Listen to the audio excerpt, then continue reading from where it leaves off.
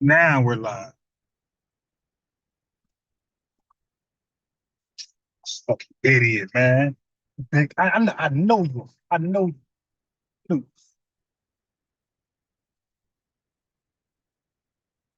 I can't stand his phone. Peace to the family. Good black afternoon, you dig? Black afternoon. We're gonna get to some good information here.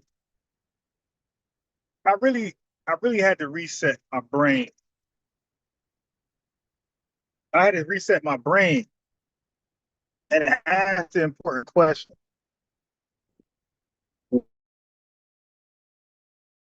that other folks are now, you know,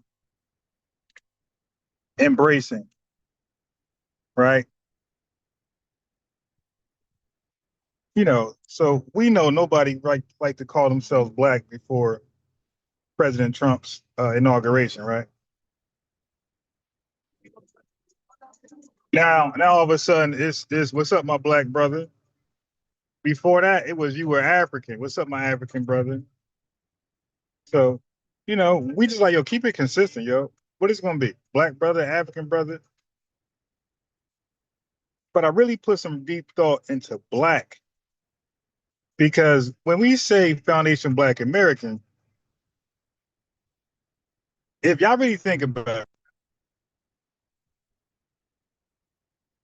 if y'all really think about it, if y'all think about it the way I thought about it, I said, wait a minute. If they are saying they're black now, and they are all of a sudden,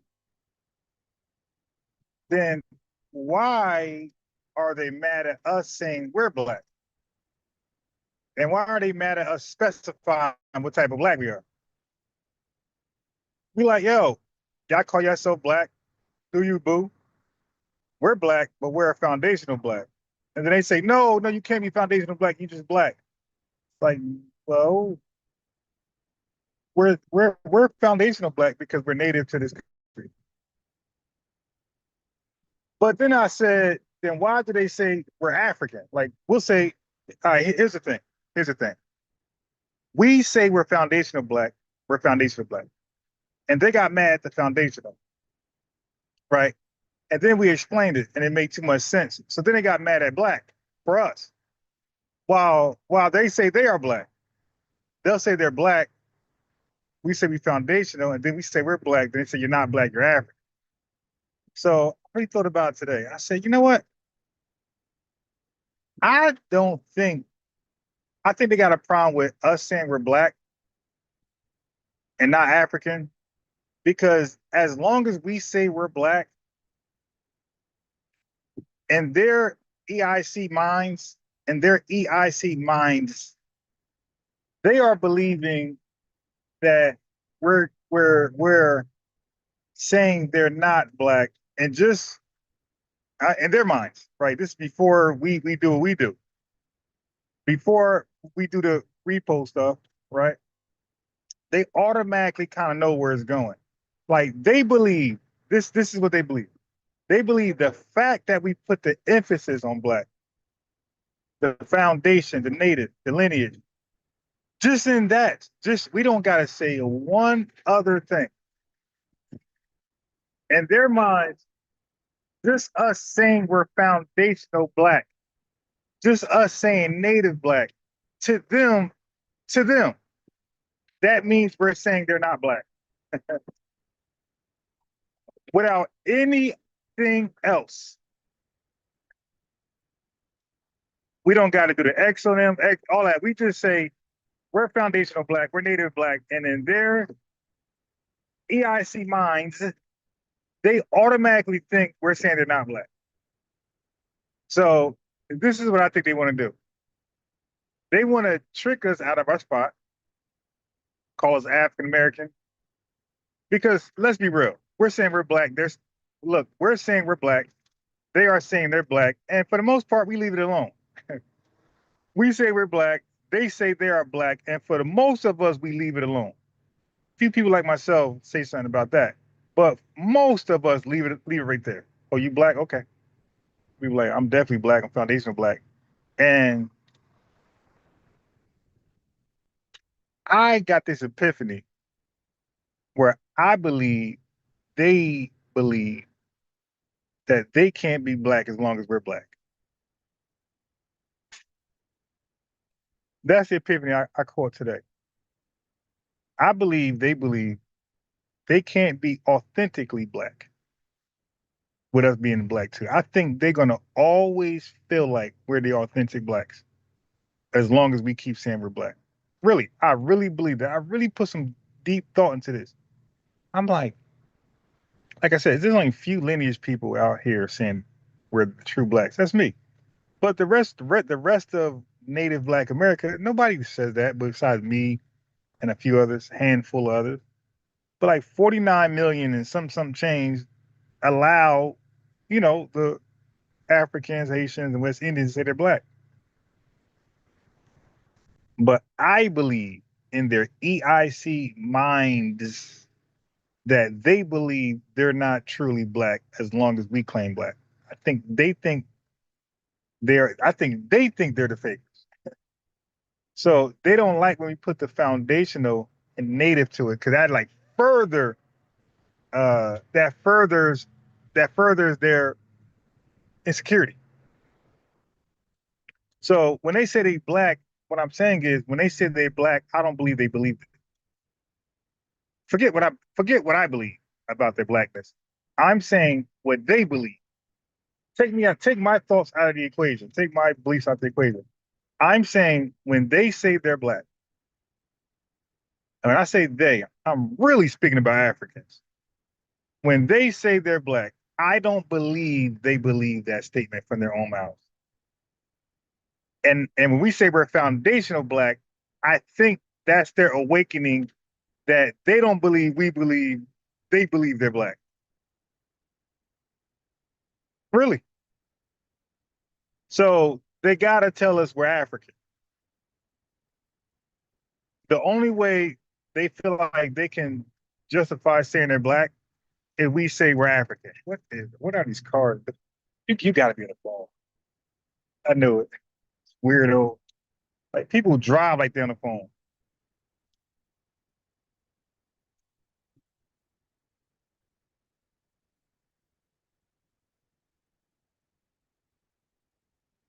Y'all following me?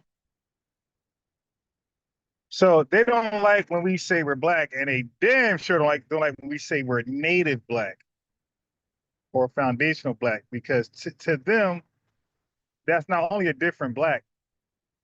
To them, that's the authentic black. So we're gonna try it out. We're gonna try it out today.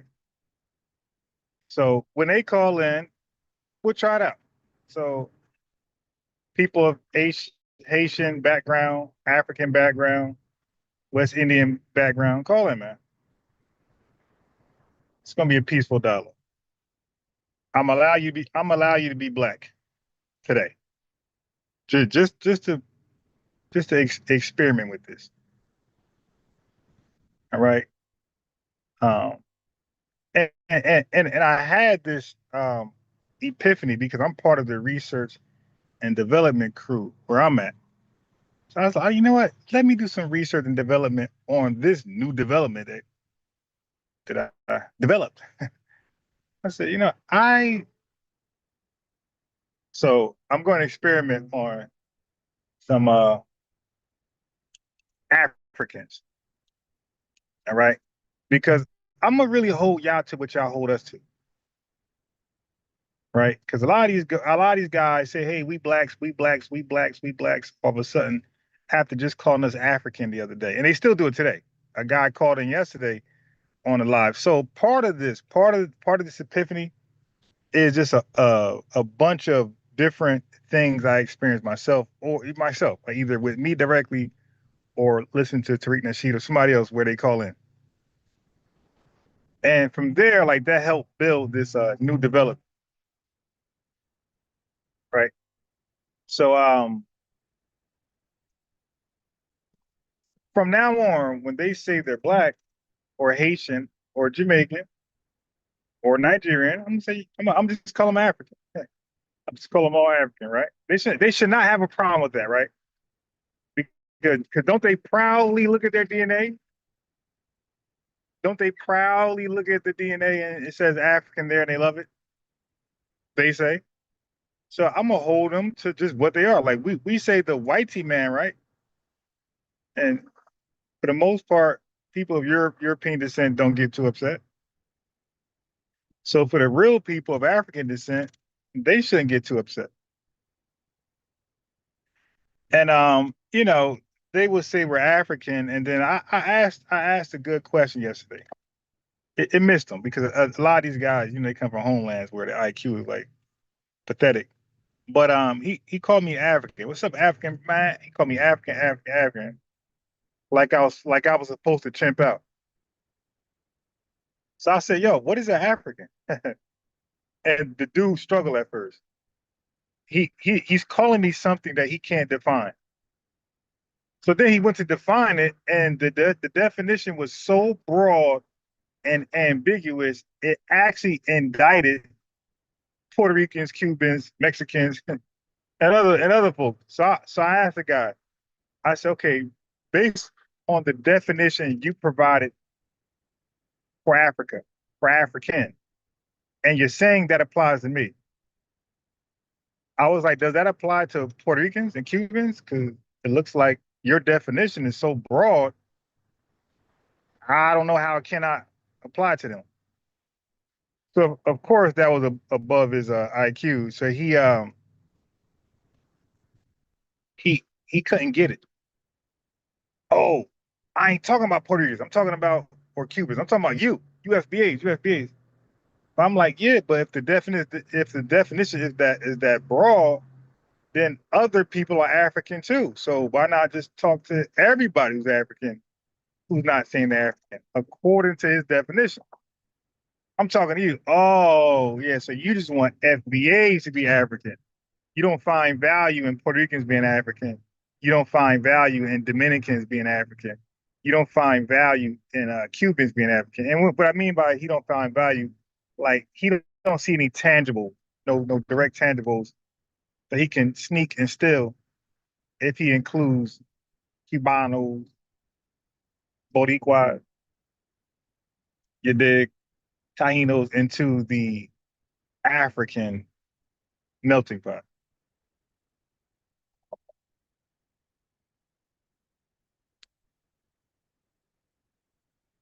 So it's very interesting.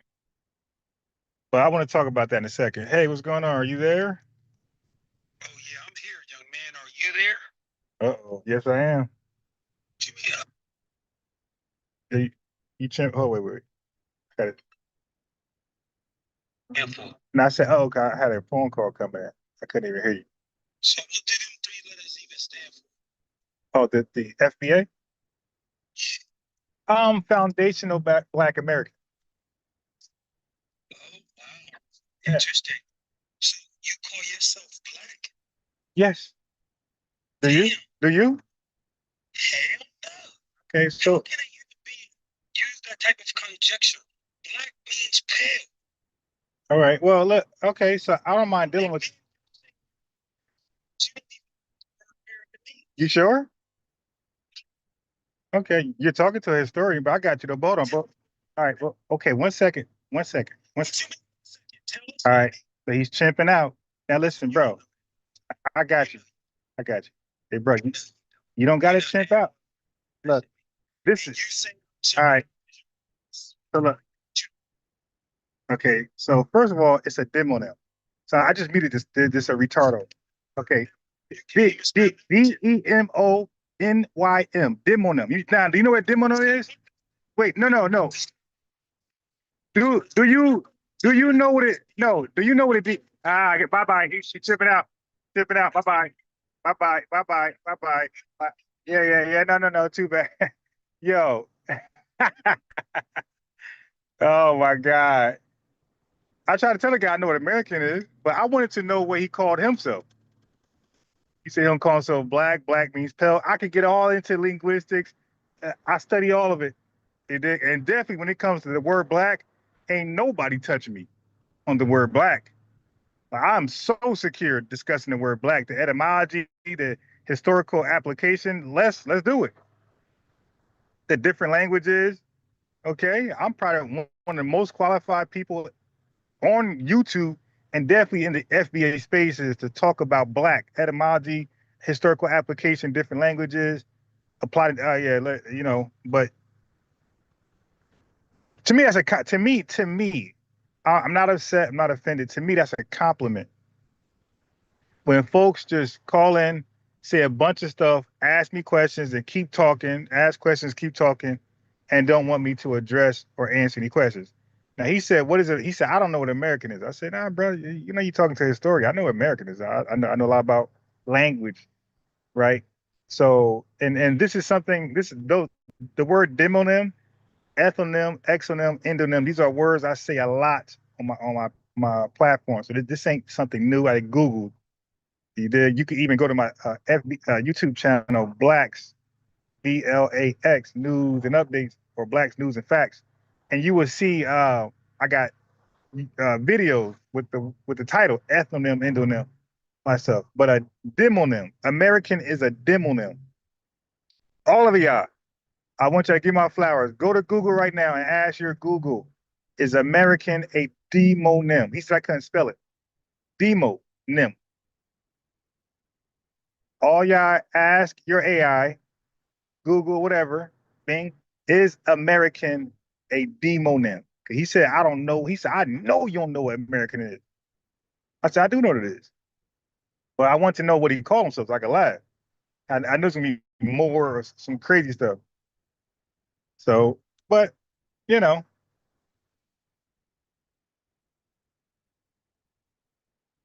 sometimes I wish I was as studying so people can like try with me. But there's some times out here I have to learn to me and educate myself and they can get this off with them. I know exactly what it is. Then start in with IAN or AN. So like Nigerian. Nigerian is different. Canadian. All right. IAN. Any that ends with an IAN or AN is a dominant.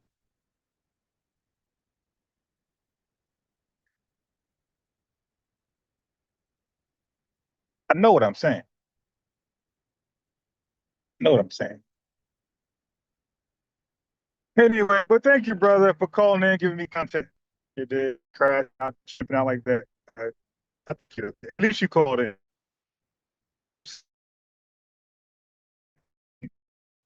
And come on, I can't wait to get that. Especially when I'm driving. I can't say.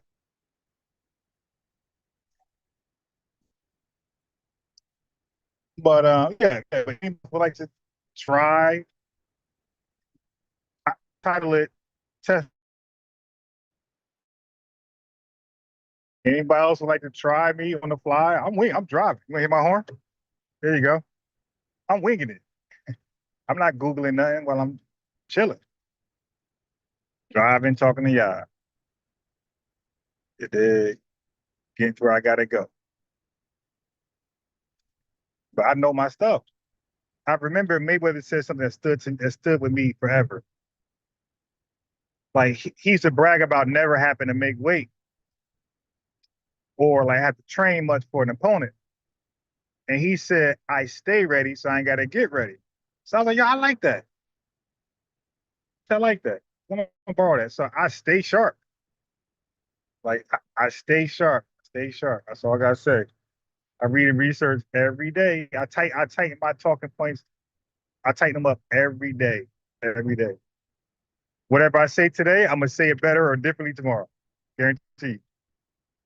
I find more information on my talking points. So a lot of times you do more reading, more grammar is there. Like for example, libellus. Like the guy was libellus. A lot of opponents to FBA are libellus people. They throw around libels around. They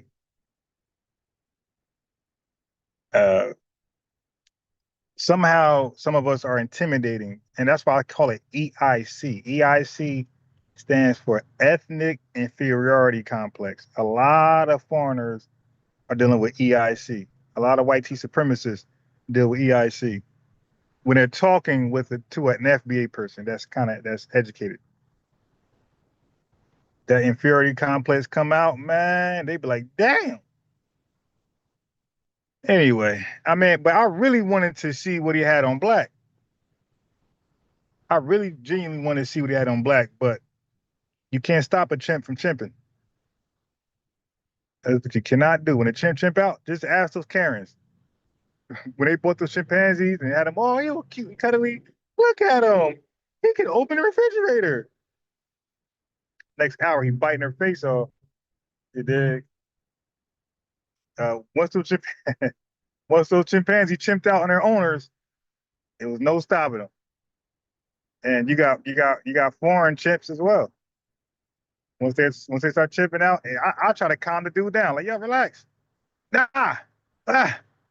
I said, how you doing? How you doing? I'm like, all right, Respucia. I said, uh-oh. He said, what you mean, uh-oh? Like, everything was him. But you know what's funny?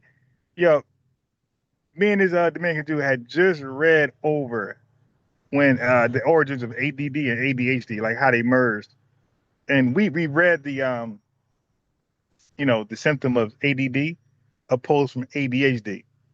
Everything, like, I still disagree. And I'm sure there's some doctors out there disagree that those two terms should have ever merged. If y'all want to talk about conspiracy theory, now ADHD, like, these are real things. I'm not with Umar, that weirdo. ADHD and ADD are real things, real things. I don't even believe they're so. Uh, I think ADD is normal. I think ADHD might be not be so normal, but I think the average human being, especially in America, got some type of ADD symptoms. They- But anyway, we read the symptoms of ADHD because ADD just means you're shy, you're quiet, you're to yourself, like normal stuff that introverts go through. Cause you gonna stop at a stop sign, ugly. You TikTok about the it's always some undocks breaking the law behind their will get me to crash out while I'm live on TikTok. All right.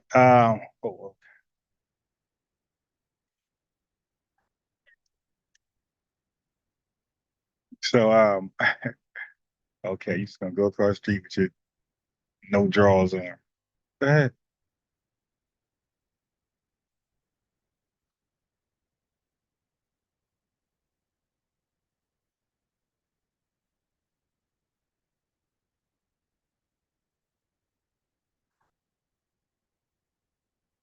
Shout out to the chimping out crew, man. Like, I be looking for a real challenge. That's why I say some wild stuff sometimes. Just to get it, I gotta say wild stuff to get people to actually come test me. You dig? It's intentional. I say wild stuff to get people to call in and think they got me. Because if I just talk regularly, ain't nobody gonna call in. So I gotta make wild claims to catch a wild chipping out folk to call in and come test me.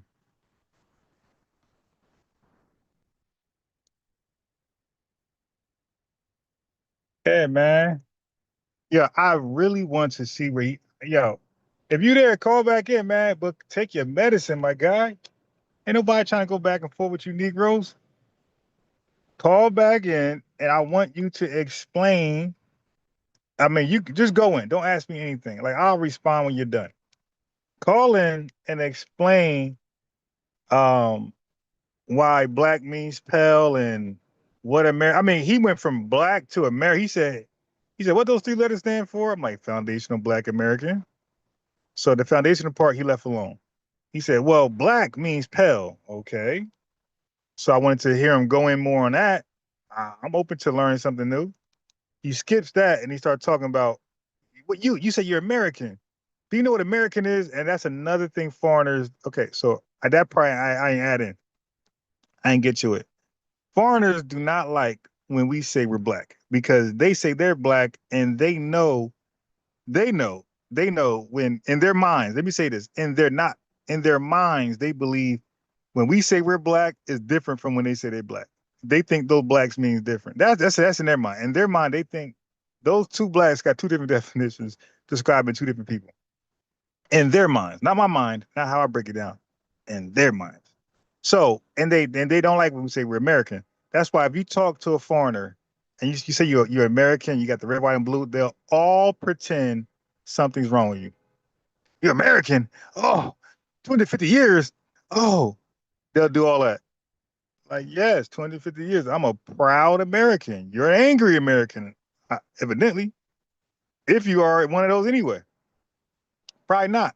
But people are, especially those who are not citizens, don't let them gaslight y'all to deny, trick you out of your spot.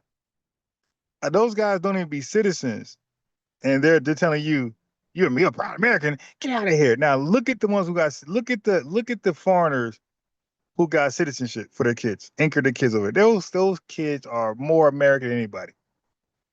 They out here singing and dancing, heart in the chest. Like, y'all can't trick me.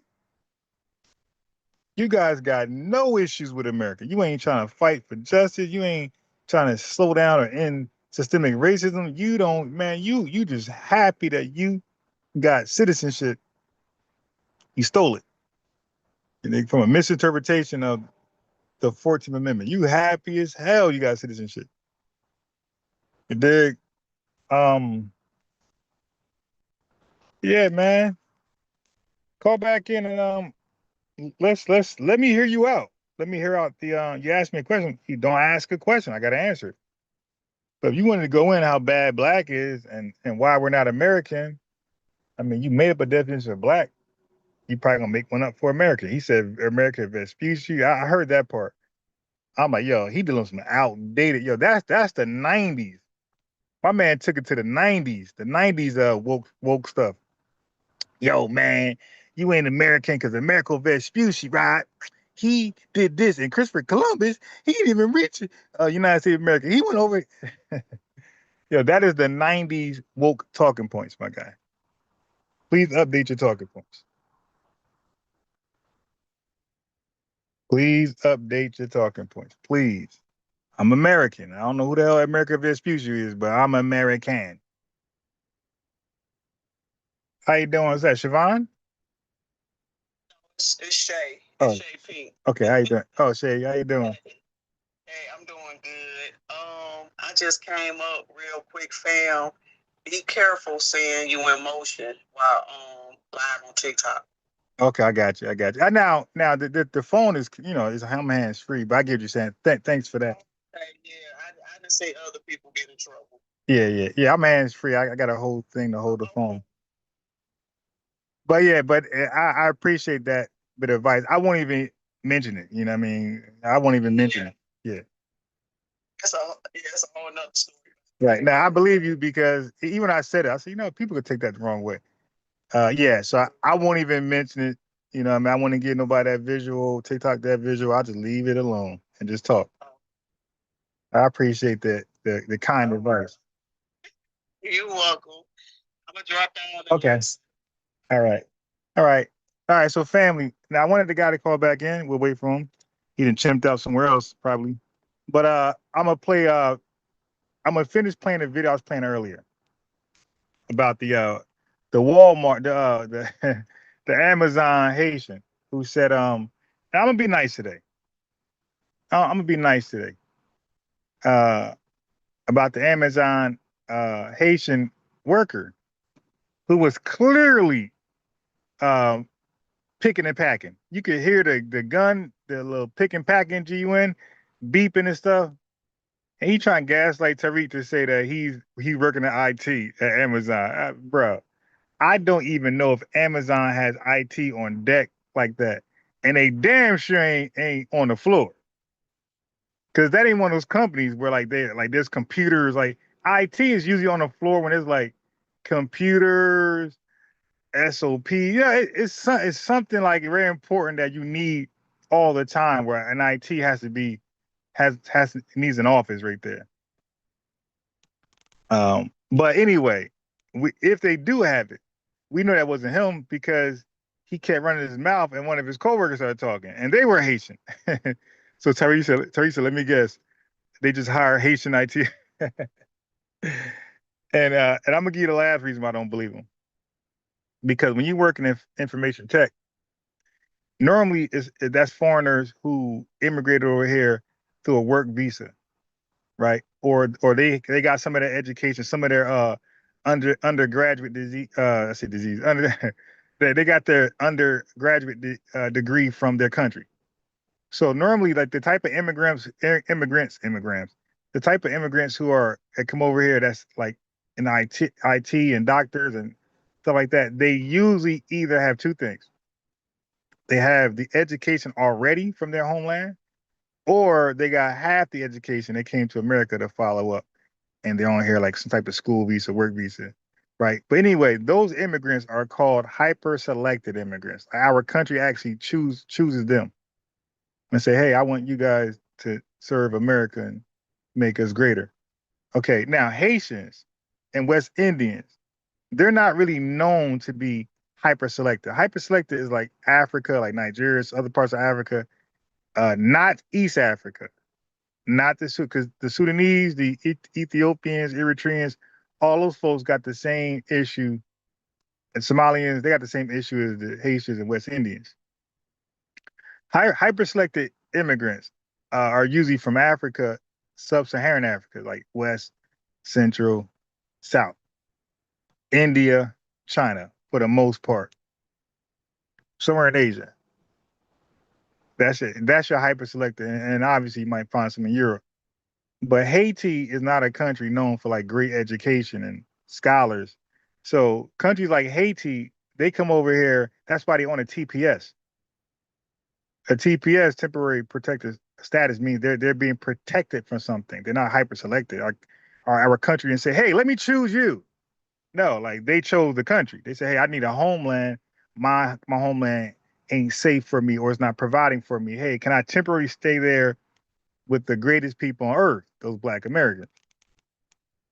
That's called a humanitarian immigrant.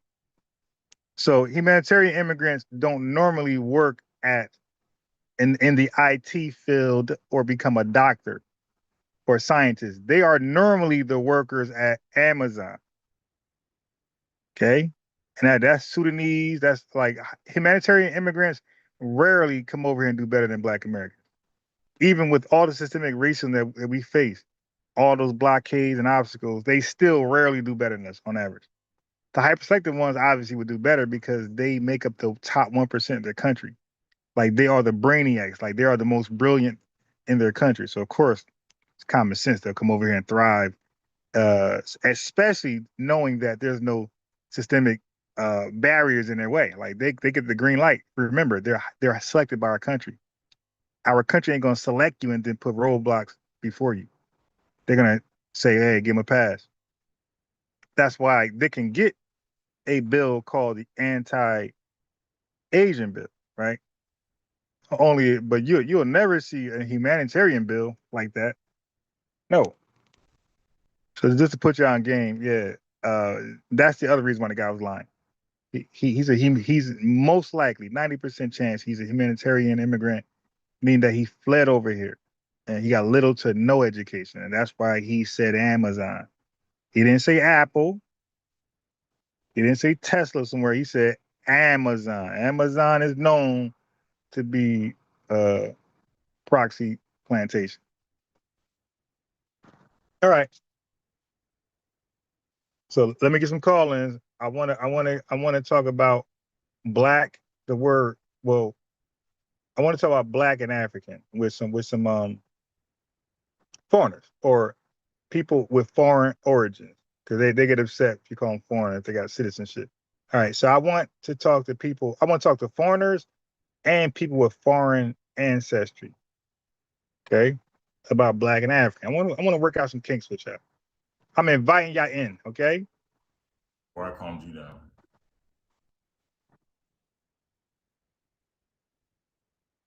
So America, I want to invite y'all in to the conversation. Okay. I bought this new phone. And this phone just big. I mean, this guy the worst new phone I ever bought in my life. Be one big family after we get Yeah, the this reparations. gotta be.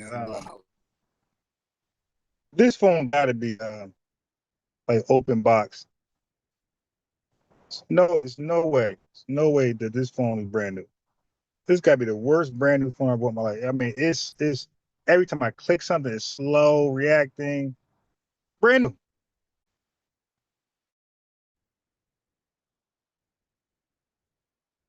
So anyway, I'm gonna play some of the clip where Tariq and that Haitian Amazon worker who's gonna lie and say he owns a mansion in Haiti and all this. But it's not. It's another thing that he said. It was interesting. Don't forget, a lot of Haitians that's going back to their country because their TPS was expired. A lot of those guys, they claim that their country is so dangerous, and they fear for them lives. They fear for their lives. But fam, few Haitians calling Tariq Nasheed show, and they spill the bills. I mean, spill the bills. They spill the beans. Okay. Okay. So we got the guy coming back in. This is the guy I want to talk to earlier.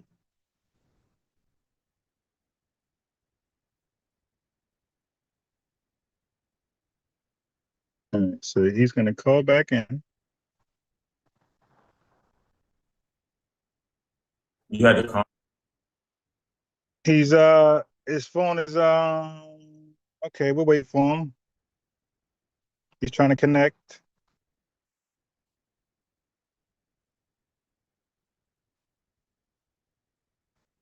He's trying to connect. Wherever he's at, his connection is a little shaky.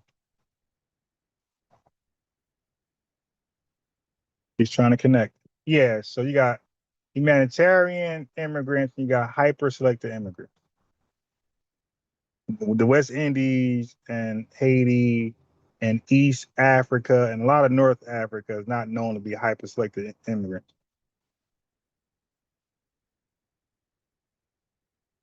Okay, L Toy, come back, man.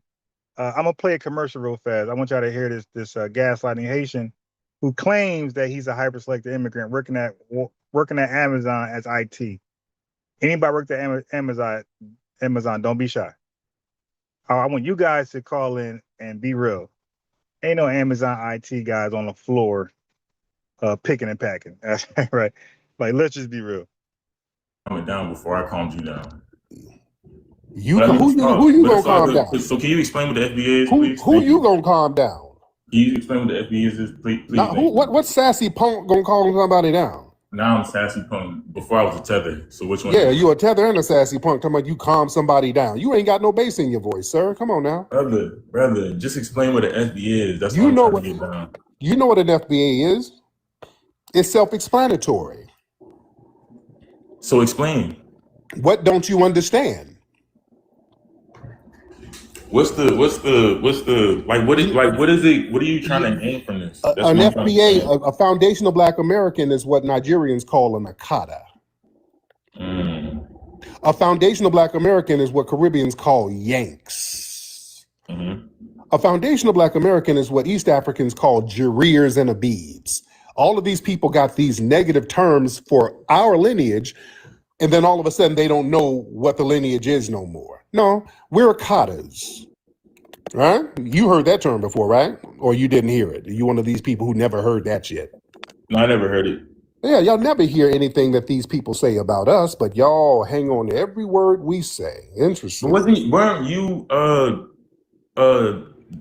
in control of that documentary called The Hidden Colors or something like that? Sir, let's say I was in control of 20 documentaries. Does that change lineage? Weren't you on that? I asked you a question. Does that change lineage? I remember watching that. I asked you a question. You're going into watching that documentary. You were does speaking that so change highly lineage? of all these people that you're speaking so down on now. I ain't speaking down on nobody. Does that change lineage?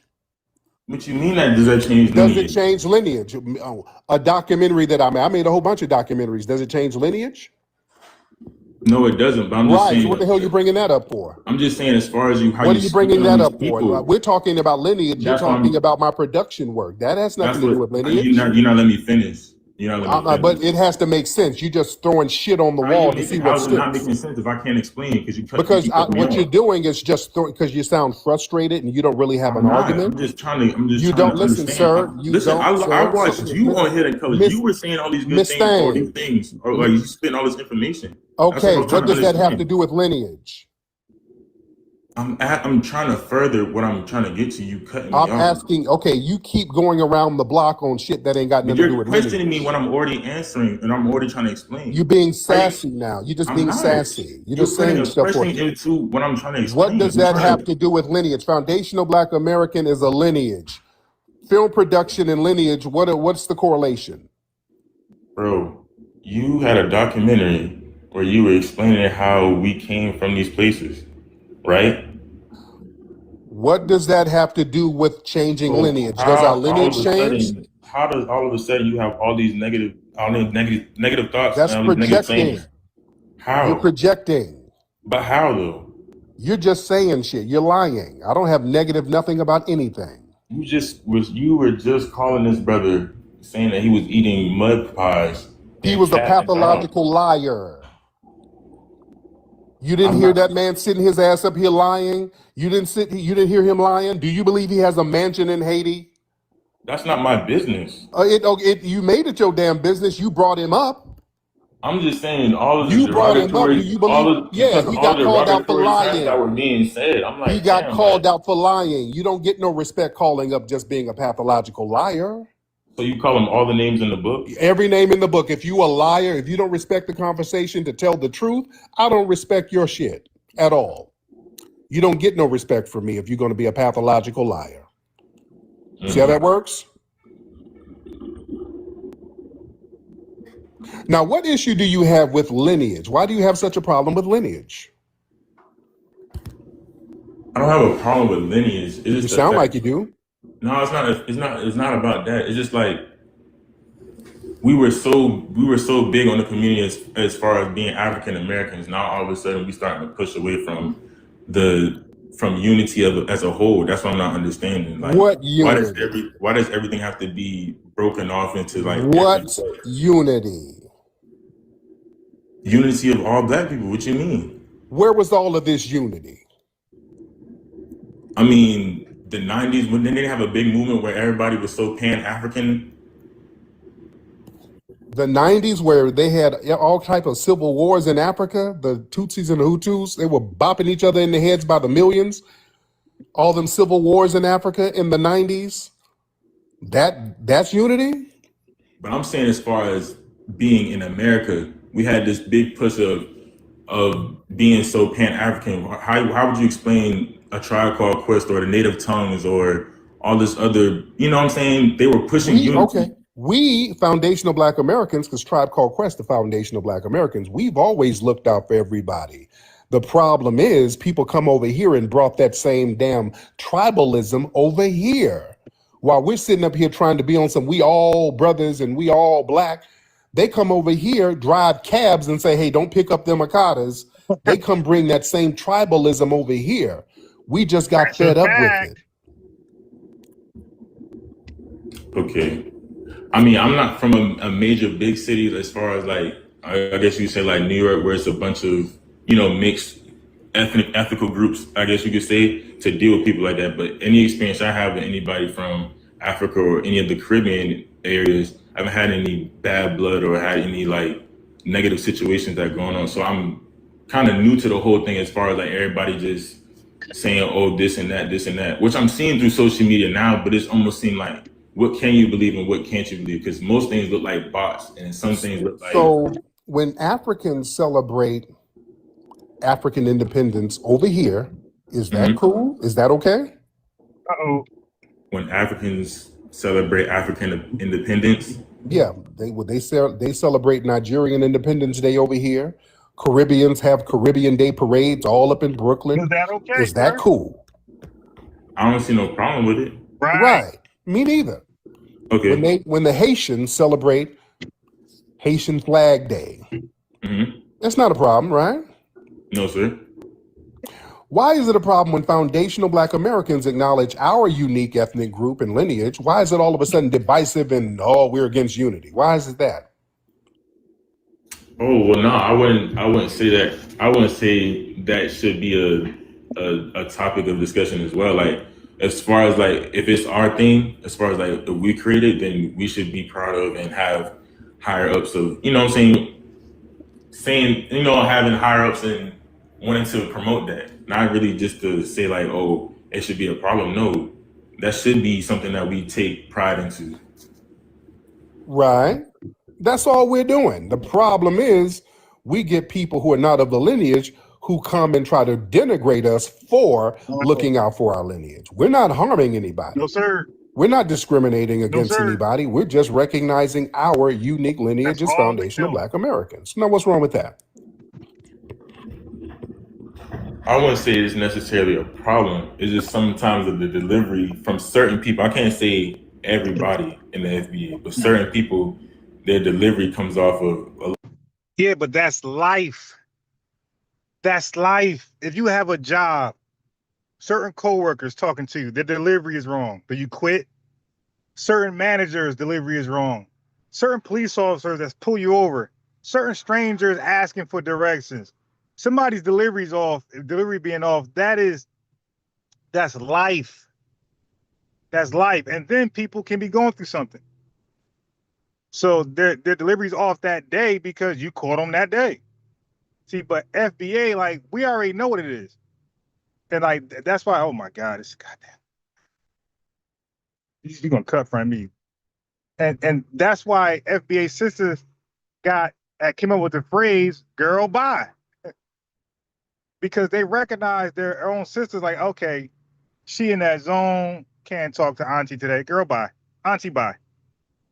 So we even got an expression for when people are in that mood or in that mode where they don't feel like being bothered. So everything about them gonna be off, not just the delivery, but the energy. So our sisters came up with a phrase, girl bye, auntie bye, mom bye.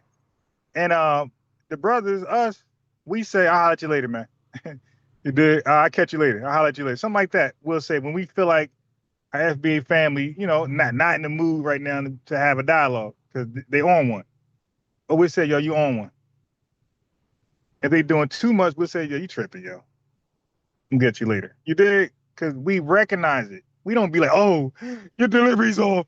Oh, and start chimping out. Nah, it's not how that works, man. A little bit too harsh as far as like trying to figure out where they're going with all this with negativity wise. Like it's not gonna go nowhere if you're gonna keep bringing up just straight BS. So do you think Haitians and Caribbeans getting on podcasts talking about Black Americans ain't got no culture, dirty Black Americans, all that negative? Oh yeah, that's very much negative, and they should be held accountable to it. But I just feel as though from both sides, it's not gonna go nowhere if you both being negative. But you ain't talking about both sides. You've been just attacking us for defending ourselves against these hostile foreigners on our land. I was trying to figure out what is it that you're. I'm trying to get it from the source in a sense. The source is the cemetery, sir. Our families have been here since the 1500s. We got cemeteries where our families are buried with tombstones with 1700, 1800 dates, sir. That's the source. You understand? No, I get what you're saying. Now, let's be very clear. In the United States, hey, yo, where are all the people that have a problem with FBA? Well, every time I go live, they're absent. They're clocking out. All the people who got all the questions about FBA, or you got all the talk back, all the smoke. Why would I go live? My lives are literally just for the smoke. You dig? Like, I really would like to just defend the lineage, right? So, where y'all at, man? Call in without chipping out. Let me hear what the problem you have with FBA. You dig? Let us hear the problem you have with delineation. Like, don't y'all want y'all questions answered? Well, damn, I'm the answer. Somebody is foundational to this nation. Who's foundational to the United States? To the building of the United States. What ethnic group is foundational to the United States? That's a question for you. You're saying like who was involved in building the United States? I would say the enslaved people who were brought to this country. We built this country. Right. Some were brought, some were already here. Right? You said some were brought and some were already here. Mm-hmm. Yeah, I could say that to an extent. Yeah. To an extent. I mean, now you have this wave going on about pretendians and stuff like that, which I don't want to disrespect nobody, but I feel like a lot of people have been on this wave of trying to depict themselves as an indigenous person or indigenous American, but don't have the information to say who they are, what culture they derive from, or what tribe they derive from, even when it comes down to speaking the languages or anything like that. Didn't you say you were Gullah Geechee? Yes, I am. What does the Gullah mean? The Gullah, that's from the Angola part of Africa. Right. West Africa. What does the Geechee mean? The Geechee, some say that comes from the Ogeechee River, but I've heard that it's not from that as well. It's not from that. It is from the Ogeechee River. Where did it come from then? Well, It's from the Ogeechee River. That's a native term. That's an indigenous term. I mean, I have heard that, but some that's from my area haven't said that's not where it's from. Then where did the name come from? They say that's from the Africans as well. What African is called a Geechee? I mean, it's not a term that I've heard from an African. Come on now. What African is called a Geechee? The Geechee comes from the Ogeechee River. It's an indigenous term. Yes, I know it is. Showing the connection between, that's what makes you a foundational Black American. The ethnogenesis between the Africans who were brought over, in small numbers, by the way, and the indigenous people that were already here, many of them Black indigenous people. That's what makes you a foundational Black American, a combination, and the ethnogenesis. See how that works? Yeah, in a sense. It's either it either makes sense or don't make sense, sir. So when you say in small numbers, what do you? Less than 6. Okay, let me give you a number. You want to know what small numbers were? The Africans that came in on the slave ship. Those numbers are almost equivalent to the number of Haitians who will be deported sometime this year, next year. That's how small the number is. The number of Africans on a slave ship that arrived to America, the number is so tiny that it's almost equivalent to the Haitians who will be deported from now until next year, or until the Trump administration is in power. That number. What number? 6% makes sense of this. See how that works? Yeah, in a sense. It's either it either makes sense or don't make sense, sir. So when you say in small numbers, what do you? Less than 6% of people brought over from Africa came here to the continental U.S. Less than 6%. Of the people taken from Africa were brought to the continental United States. A very small number. The Black people here, many of them were already here. They were already indigenous. They were just reclassified as Negro. Most of the people brought from Africa were taken down to South America, Brazil, the Caribbean, places like that. Right, yeah. All right? So you're saying 6% was brought to... And then they stopped the importation altogether in 1808. And when that happened, the population started to triple. They tried to blame it on breeding farms. You can't breed that damn much. You understand? All they started to do was reclassify more indigenous people as Negro. right? It's heavy, right? Anything else, Mr. Slim? Where could I find all this information from exactly? There's a lot of books you can read. Talk to some Gullah Geechees out there in South Carolina. Talk to some of the elders. Elders. Chop it up with them. In fact, Elders. Hey, yo, listen. The guy says Gullah Geechee. I don't believe him. I worked amongst the Gullah Geechee, and first of all, they got heavy accents. That's number one. Is it possible he moved away? Yes. So just say that. But the dude said he's in South Carolina right now as a Gullah Geechee. I do not believe that. I do not believe that. Okay? Not from the Gullah Geechee people that I met. I do not believe he's Gullah Geechee and he's in South Carolina. Okay? I don't believe it. If he is Gullah Geechee, he has to admit he hasn't lived there. He might have been born from Gullah Geechee parents, but he got to admit, like, they moved somewhere like New York.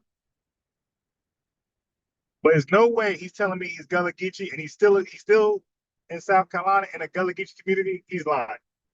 Because they got a strong accent. He's lying.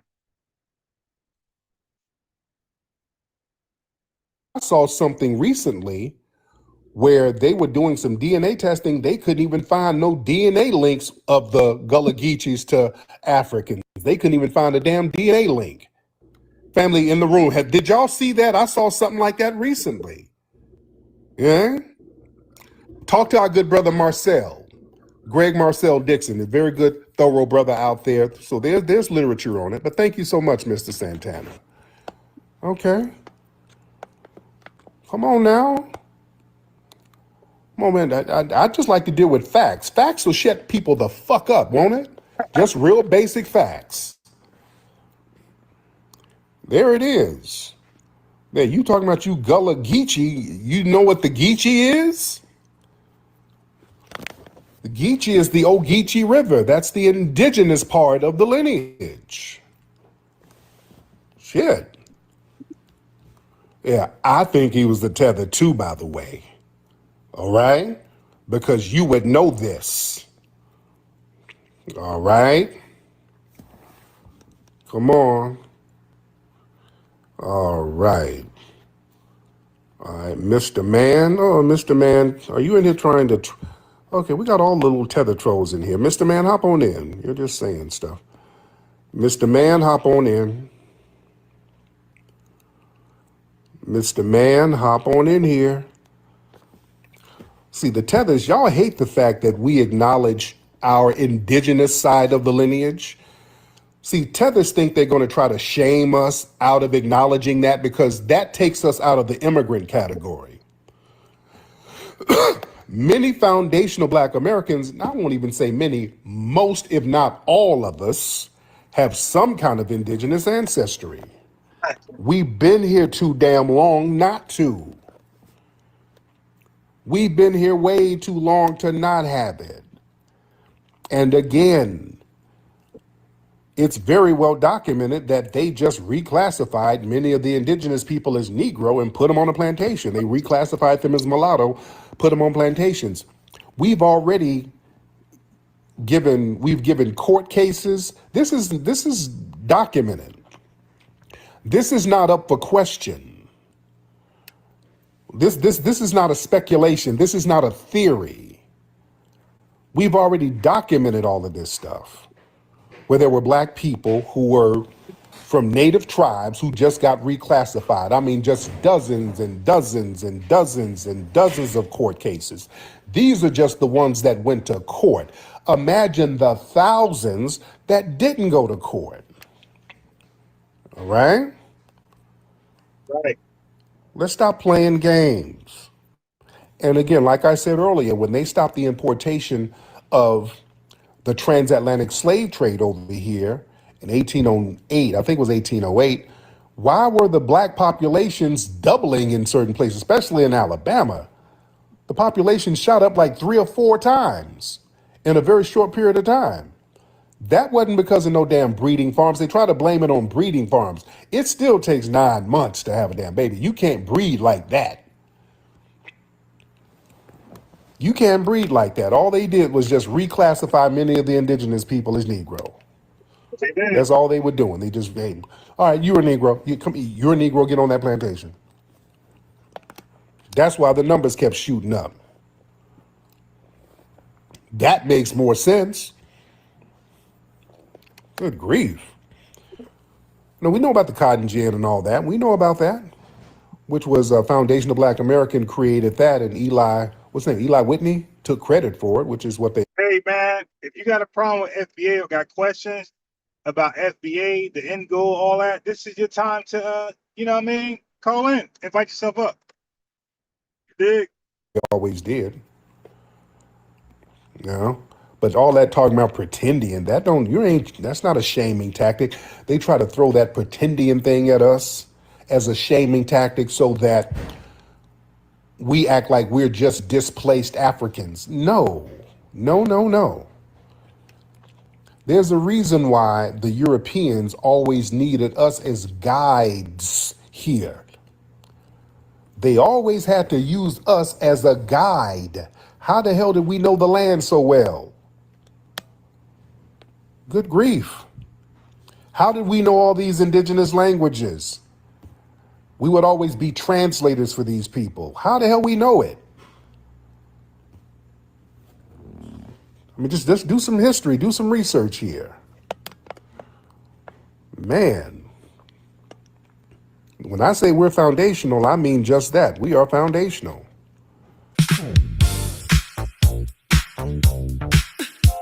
All right.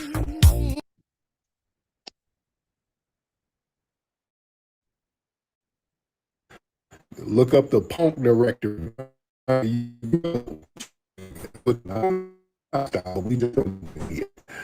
All right, let's see who we got. All right.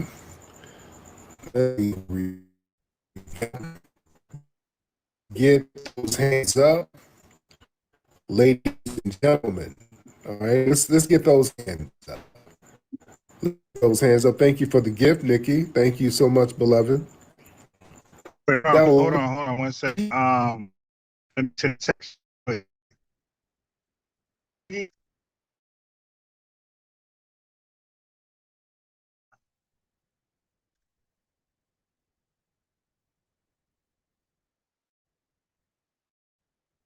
Oh my God. Yeah, man. This is bad. I'm gonna try something new. All right, Haitians, Africans, West Indians. I'm not gonna say you're not black. I'm gonna call you black, right? But it's gonna be like an interrogation. You dig? I'm gonna try something new. So if you got origins from another country, right, and you think you're black, no problem. Let's talk as two black people, because I'm authentically black. You dig? I'm an authentic black American. So if you believe you're black and you got Haitian origins, West Indian origins, whatever origins, Cuban, whatever, African, if you believe you're black, all of a sudden, no problem. I'm not gonna fight you on it. Let's have a conversation as black brothers. Hey, let's have a conversation as black brothers. Okay. I got some questions for you. Right? You're black, right? You can answer these black facts. You can answer these black facts, right? You know about black facts. You're black.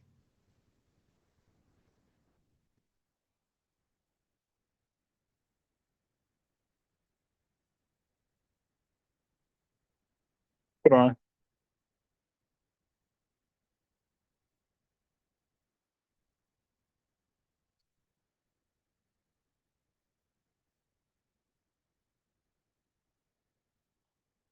Hold on, family.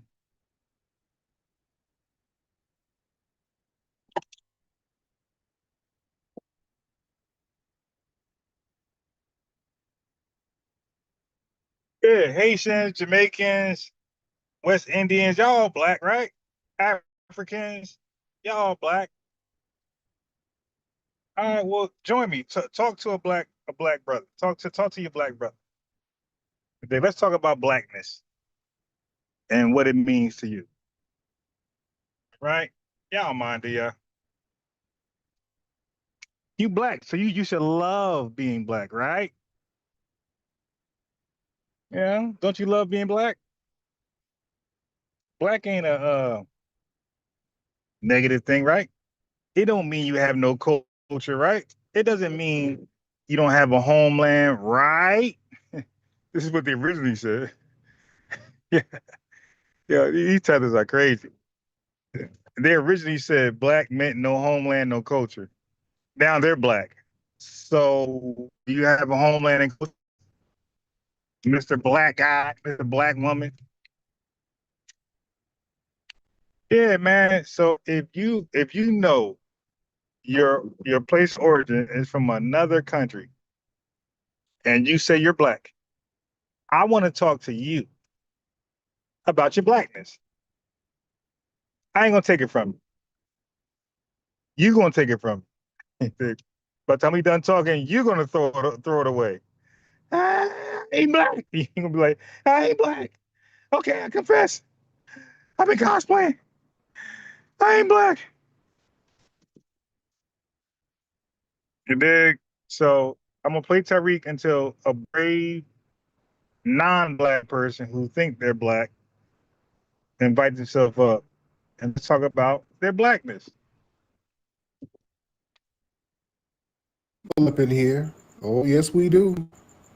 We got a lot. Let's get my brother E. Is that EJ? Let's get EJ from up in here. Let's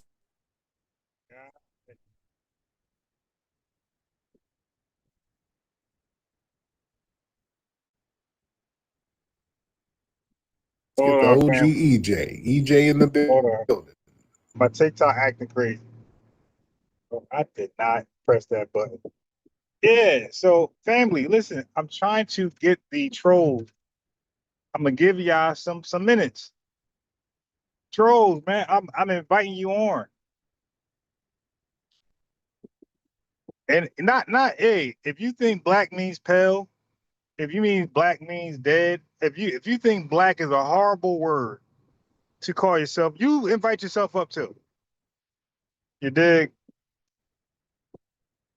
Because I have a counter argument. I think black is beautiful. I think black is beautiful. You dig? I think like Dr. King.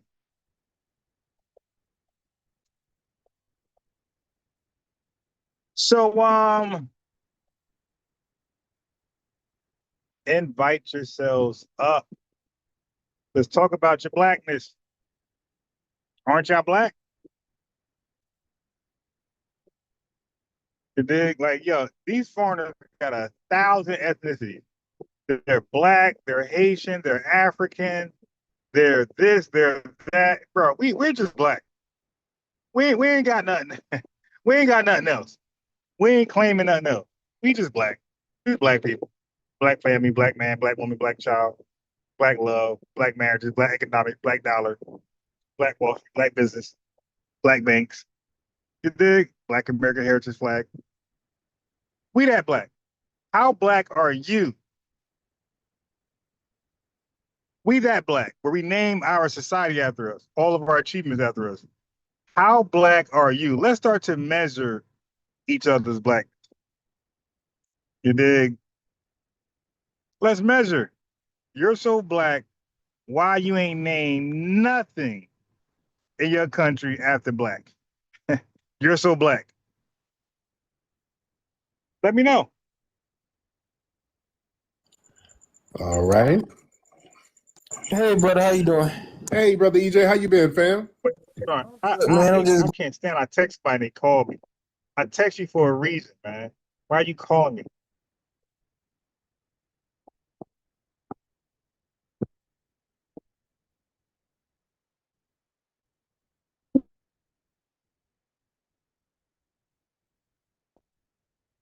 The weirdest questions, man. Ask me the weirdest questions. Hey, yeah, I'm the worst person when it comes to like food. If I say order food for me, I'm the worst person to ask where from. If I tell you a food, I am so predictable. I order the same thing, same menu, order the same thing. Now I don't eat out like that. But if I do eat out, it's gonna be where they cook it for real, for real. So at a pizza restaurant, you see them making the pizza. Yeah, Chipotle, they made it right there. I don't order from where or Five Guys, they make it right there. Smash Burger, they make it right there. I don't order. This is me. I don't order from places where it's already done. I'm good. Nah, I'm good. Not for me. That's for my chat. It's not for me. I gotta see it being cooked. I'm good. And that's why I don't blame some of y'all if y'all like Thai food, Chinese. I just can't do it, the foreign stuff, because of the auditors, those food auditors that be going to those Chinese restaurants, showing how how disgusting it is in there. Yeah, for that right there, I'm good. I just can't do foreign restaurants. I'll pass. I'll pass. Going through a lot of stuff. I got into a motorcycle accident on last Saturday, so I'm just recovering from that. Man, sorry to hear that, brother. What'd you injure? My leg got messed up on my right side, so I'm just going through like recovery and stuff. Oh, good. Well, I'm glad you're good, man. Good Lord, man. The motorcycle accidents ain't no joke. How you been, brother? What's going on? I've been good, man. I just wanted to come in here and say, that last dude was real extra feminine. He came up here saying he had Gordy powder coming out of his pocketbook. So, when these dudes come up here talking crazy and don't want to be having real constructive conversations with the family, and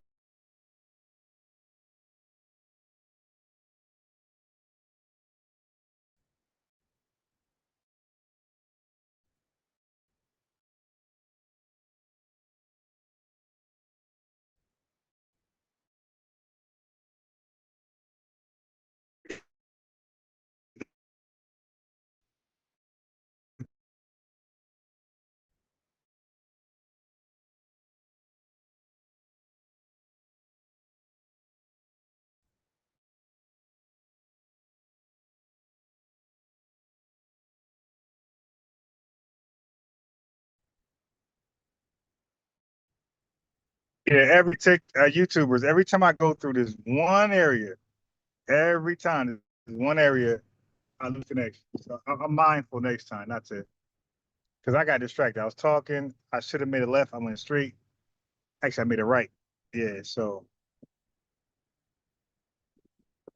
that one area, every time I'm live, that one area, uh, about like a mile long drive, my phone goes out every time.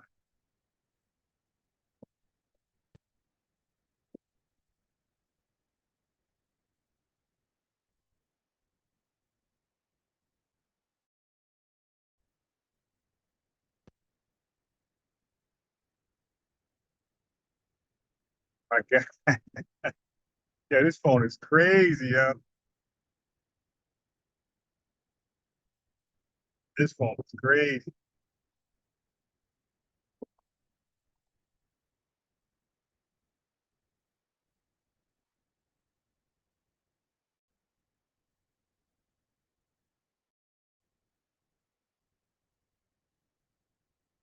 See, trying to get Miss Paris.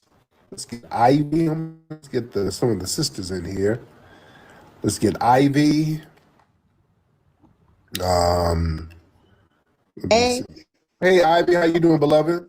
I'm good. How you doing, Tariq? I am good, Ivy. What city you in, dear? I'm in Milwaukee. Shout out to Milwaukee. Yes, indeed. What's on your mind? Um, First I want to give a shout out to the family. Shout out to all my healthcare workers. I just came up to vent to you guys. Shout out to all the foundational Black American women, especially you guys in healthcare. We do a lot. So, Brother Tariq, I am a phlebotomist. I've been a phlebotomist for 7 years. And the more that I got in tune with the things that you do, the things that you stand for, the confidence that you have, it gave me more confidence to operate on my job as far as dealing with white supremacy and things of that nature. Yes. So, one of my coworkers, when I got to the job, she was cosplaying as the foundational Black American. And I want to say to all my women, my FBA women, if they could take our skin off and wear it, they would. You know, they want to be just like us. They turn their nose down at us. You know, a lot of these, this is not, her, Tariq, and we, you know, I've helped save a lot of lives in what I do. Yeah. And she's very lazy. You know, they like to project a lot. And it's just so sad because I find myself every day having a battle with her, you know, and I just had to come to the realization she's jealous. She opened up to me about her dad. He's here illegal. He's been here 20 years illegal. Damn. He's, you know, and so when I come to work, I'm confident. I'm bragging about the FBAs. I'm bragging about my lineage, you know, and that stirs up a little jealousy because they can't pop it like that. You know, they can't That's why I brag call like it that. EIC, ethnic inferiority complex, sis. That's what it's called. So I just wanted to say to all the FBA families, keep standing on their neck, keep working hard, because, you know, if they will kill to be in our shoes, because we can't be deported. We work hard for everything we have. And I just want to say, you know, I'm standing with you guys. I'm loving the way the world is shifting spiritually. Yes. You know, I work with my ancestors a lot. So I want to encourage you guys to get with your ancestors and, you know, just continue, just know this is a spiritual war, and the more wisdom I gain along the way, I realize that. And that's all I have to say. Thank you, Tariq, for all you do. Keep standing on that FBA business. Because like I said, if they could take our skin off and wear it, they would. And I land my plane. Yes, indeed. Respect to you, beloved. Yes, indeed. Yes, indeed. Yes, indeed. Respect to you. Very good information. She hit on something very heavy, ladies and gentlemen. She hit on something very, very heavy. It's a spiritual movement happening right now. It's a spirit, and this is why, family, this is the time. For a minute. Can we get deep for a minute? Family, this is the time to find your purpose, ladies and gentlemen. All right?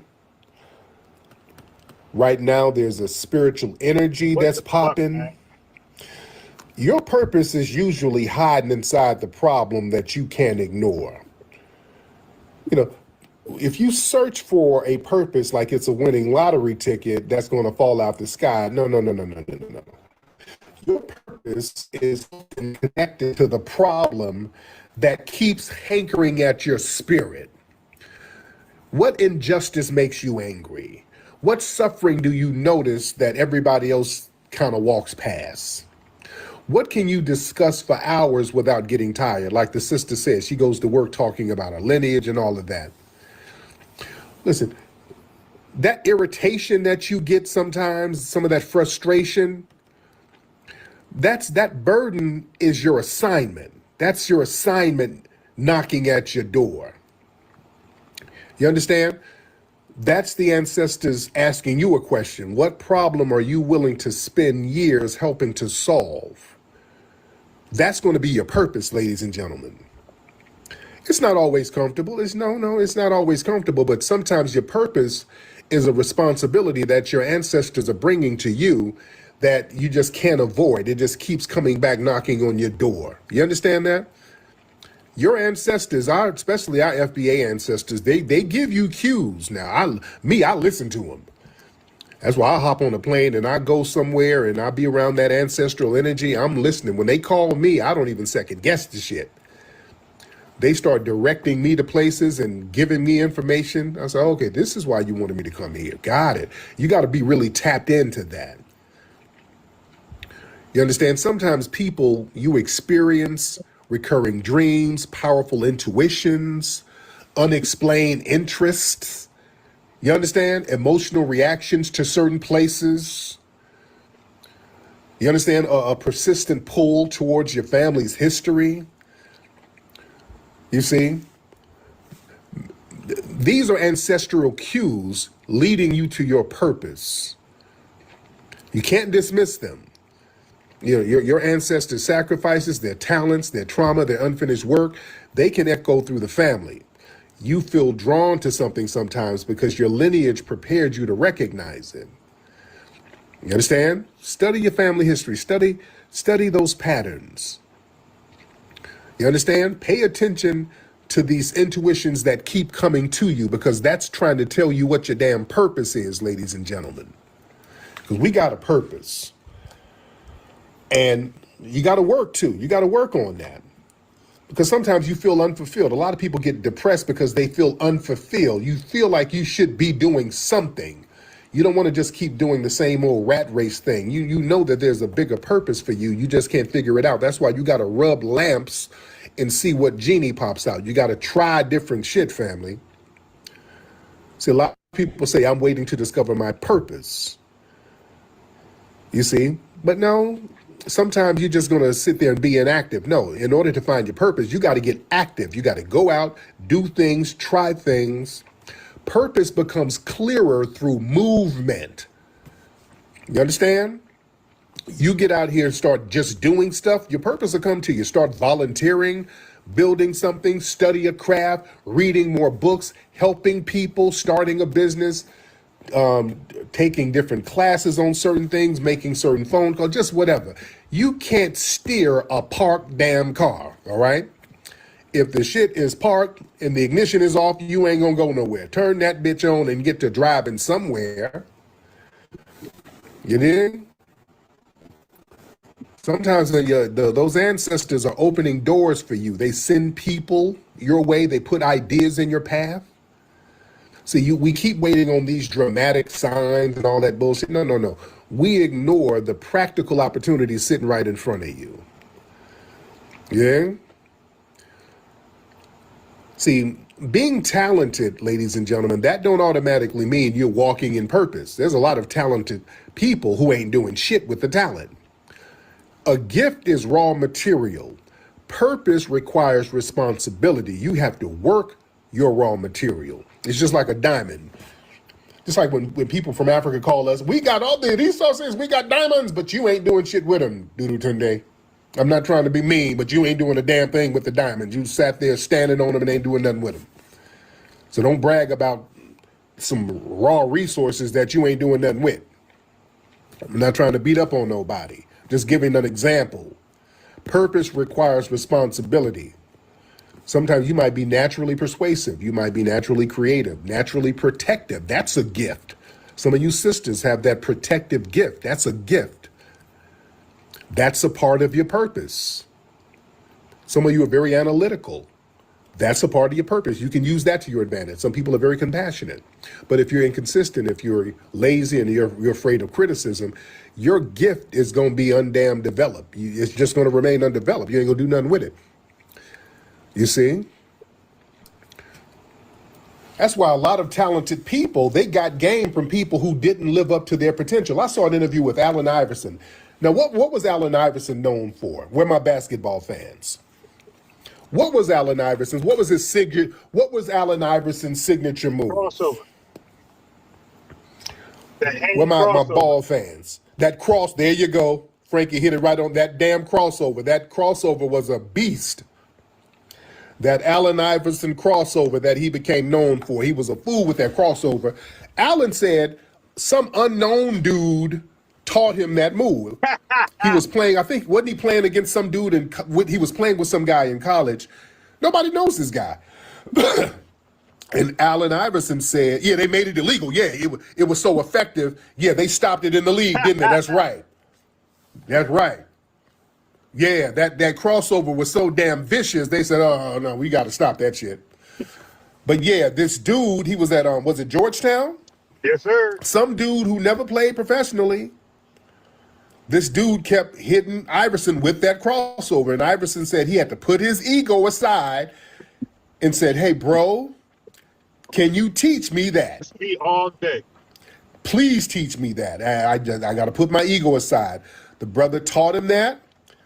The brother never, I forgot what the brother's name is. I forgot what the brother's name was, but the brother never went to play professionally or nothing.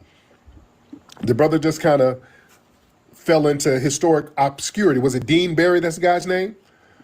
But Iverson, he recognizes and acknowledges that he got the crossover from that brother. And Iverson took that shit and just took it to the next level. Right. He crossed Right. Jordan up with it, right? He crossed Jordan up with that. Yeah? And Mike is Mike. Yeah.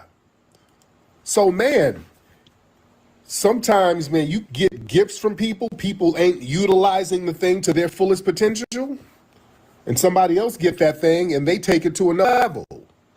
So he crossed up Kobe too. He crossed Jordan yes, he did. 2 times He with got it. Yeah, Kobe. Iverson was a beast. They had to stop that shit. That's how vicious it was. You understand? And Iverson he's a legend with it now. He put Jordan on skates with it. Yeah. Yeah, he was breaking people's ankles with that joint. He got Reggie Miller. But I respect He got that he Mark said Price, he had he to got put his John ego Stockton, aside he and got ask this Baz. dude to teach him. Because this dude kept shaking him with that. He kept getting his ankles broke by this dude. Hey, brother, you give me that, man. Give me the game, bro. Show me how you do that. Yeah? Sometimes, man, you got to put your ego to the side. like You I don't do know every everything. time. Sometimes you need to step to somebody and say, hey, man, give me some game on that. Give me some of that. Well, that's why y'all always think giving props and accolades to people who gave you some game, there's nothing wrong with that. That's a sign of honor. That's a sign of integrity. That's why you always see me give credit to the Bay Area. I'm always giving credit to the Bay Area. Whenever I get some game from somebody, I give it up. I don't get on that ego shit. Somebody gave me some game, I took it and did something different with it. There's nothing wrong with that. I always give props to the Bay. And I always say the Bay Area. Any Bay Area people in here? Where my Bay Area people? I keep saying, man, the Bay Area is so underappreciated. That's why I go out of my way to try to give props to the Bay. Very underappreciated. The Bay has given so many people so much game. So many people have gotten so much purpose. We're speaking about purpose. They've even got some purpose from the damn Bay because that FBA spirit was so heavy, and it's still so heavy in the base. From Oakland, shout out to Oakland, shout out to Vallejo, because that FBA energy, man, the Bay Area, what made it so great and unique, that was a place that mixed in street knowledge and intellectual knowledge. That's the thing about those Bay Area cats. They're very street smart, and them niggas are very book smart up there. That's always been the thing. That's what made them cats real vicious up there. That's what made the Black Panthers so vicious. They had the street connection and they knew the laws. They were intellectually thorough. I'm telling you, so many people got game from the damn Bay Area, dude. You go around them Bay Area cats, change your life, change your whole purpose. Crazy, yeah. Tupac became the Tupac that we know of because of the Bay. Yeah, He went up there in the Bay Area and they gave him the game. Crazy, man. Snoop and those guys. Snoop and the group, his group 213. Snoop give us up. He said, hey, we got that from 415. We were mimicking Richie Rich and those dudes. That's who we were trying to be like. He was like, we're trying to be like Richie Rich and 415. Facts. Yeah. These undocked people are crazy, man. Shout out Ryan Coogler. Everything about up there in the Bay. Master P. That's how Master P got put on. Shout out to New Orleans. Master P got put on in the damn Bay. They gave him the game up there. We know about Hammer. We know about all that. Hell, Bruce Lee. You know Bruce Lee, the karate expert? He was up there hanging with brothers in the Bay. Do y'all know that? Bruce Lee was hanging with brothers up in the Bay in the damn 60s, getting the game. You know who else went up there in the Bay and got his shit right? Richard Pryor. See, Richard Pryor, before he became the Richard Pryor that we know, the raw, uncut Richard Pryor, Richard was basically doing a Bill Cosby impression. Richard was kind of very clean cut. He was trying to be like Bill Cosby. If you look at early footage from the mid-60s of Richard Pryor, he was very, very Cosby-like. Richard went up there in the Bay, started hanging with them Bay Area cats. They sat him down, lacing him with game, telling him, hey, man, your purpose is this. You ain't Cosby, bro. You got a different purpose. Cat Williams, too. Yeah, I get on Cat. Yeah, Richard went up there. Them Bay Area cats sat him down and gave him some game. and told him, hey man, this is your life. You come from this, you come from the streets, you come from this. Your family was, you need to dive into that. Let that be your truth. Richard came out of that bay as the legendary Richard Pryor that we know of. Cat Williams got things popping in the bay. Yes, he did. Cat Williams got things popping up there in the bay. I met Cat years ago outside Comedy Club. He was very hustlers. That's why I knew he was a real one. I knew Cat was a real one because he was with some real certified area dudes that I knew. I'm like, okay, he's with them, so he must be out. Yeah. But yeah. Me, I area dudes would give me books, some street dudes give me a whole bunch of books. That's how I got a lot. It was a game heavy. And they'll let you know what your damn purpose is. They gonna get it about you. They gonna let you know what your purpose is. Yeah. Yeah, there's a lot of players and hustlers out there, but the thing is, what makes them so unique, they're very intellectual. It's not just niggas. They're very intellectual. You understand? Very, very intellectual. And again, because they come from that FBA lineage, there was a whole thing where people kind of had to look out for each other.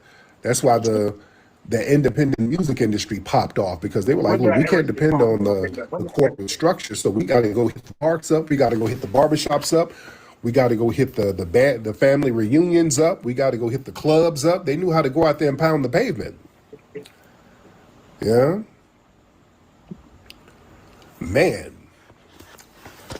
So they gave a lot of people the game.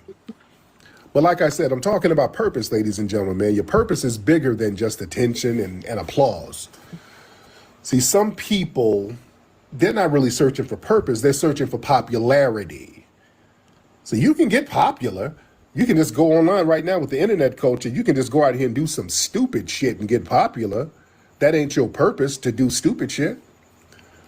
You understand? If you want something to make you famous, or you just want to be constantly praised or whatever, no, that's not going to be your purpose. Your real assignment might involve you doing invisible work. It might require you to serve people who never thank you sometimes. It may demand that you build things for people or build something that you might not never personally witness. See, money can support your purpose, but money can't define your purpose. Attention can amplify your work, but attention is not evidence that the work is righteous. You understand? You just got to do shit because it's the right thing to do. You understand? You got to ask yourself, hey, would I still believe this or do this if nobody was giving me praise? That's what your purpose is. You just do things instinctively because you know that it's the right thing to do for the universe. See, the purpose is not about being the center of the damn story. It's about making your life useful to something larger than your damn ego. And understand something about, because people go through pain and trauma. I was talking about Richard Pryor and all that, but man, your pain, it might be your training, but that's not going to be your destiny. See, a lot of people discover purpose through what they survive. That's good. A person who experienced abandonment might become a mentor. A person who witnessed injustice might become an advocate. A person who struggled financially might learn how to build economic systems for other people. But we don't romanticize suffering. See, pain don't automatically create wisdom. Pain can also make a motherfucker real bitter. It can make you dysfunctional. It can also make you self-destructive when you don't examine it and grow from it. See, the lesson is not simply that you went through some shit. The lesson is that what did you learn from what you went through? And that's where you get your purpose from. You get your purpose from the damn lesson. So ladies, you go out here and date a janky nigga who took some money out your bank account. You're like, God damn, I trusted this bitch ass nigga. And he took $800 out my account. That was a life lesson. And then when he go on and you keep him afterwards and he be abusive, we ain't trying to hear that, man. You got like 6 kids by him and he's abusive. We ain't trying to hear that. Your first flag was he robbed you. And you still felt like you love him. All right, well then that's your standard of men. We ain't trying to hear that abusive stuff going forward. Same thing with men. Same thing with men. You did a janky woman, and she showed you she interested in your friends, and she in the club, and you go ahead and have mad kids with her, bro. Nobody feels sorry for you.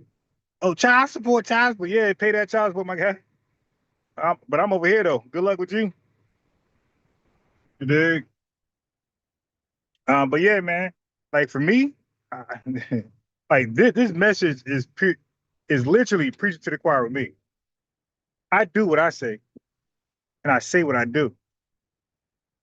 I don't need no motivation. I don't need no. You dig? I do what I say, and I say what I do. And my friends who be procrastinating on, I'm so glad they heard this message because I be on them. Now they chimp out and try to blame it on, oh, now you was sipping, so I called you one day. It don't matter. Sipping or not, I told the truth. You dig? Sipping or not, I told the truth. I don't take back stuff I say. You dig? Now I might take back the way I said it. I might take back the way I said it, but what I said, that was the truth. That's the truth. I believe that. So I'm not taking that back. I don't say anything that I don't mean to say. Like I said, the way I said it, I can like apologize for that. Undoxed dog. Yeah, I can apologize for that. But I don't apologize for the truth at all. And I don't care how you say it to me, by the way. I don't care how you say it. Hey, I'm biased. You want gum? Or your breath stink? Both are equal to me. You dig? Hell, man, how you say it, man? Hell, man, your car, bro. You gotta clean, you gotta vacuum. Or, hey, man, I do car detailing. Here's my number. It don't matter how you give it to me. It's the same message. Harshly or politically, you dig? Same message. I don't chimp out. As long as it's the truth, you good with me. Now you lying, yeah, different story. You lying about my car, you lying about my breath, different story now. I come out that bathroom, you know what I mean? Pearly whites, I hop in your car, you saying my breath stink, I know you're lying now. You dig? And now I'm gonna be offended, obviously.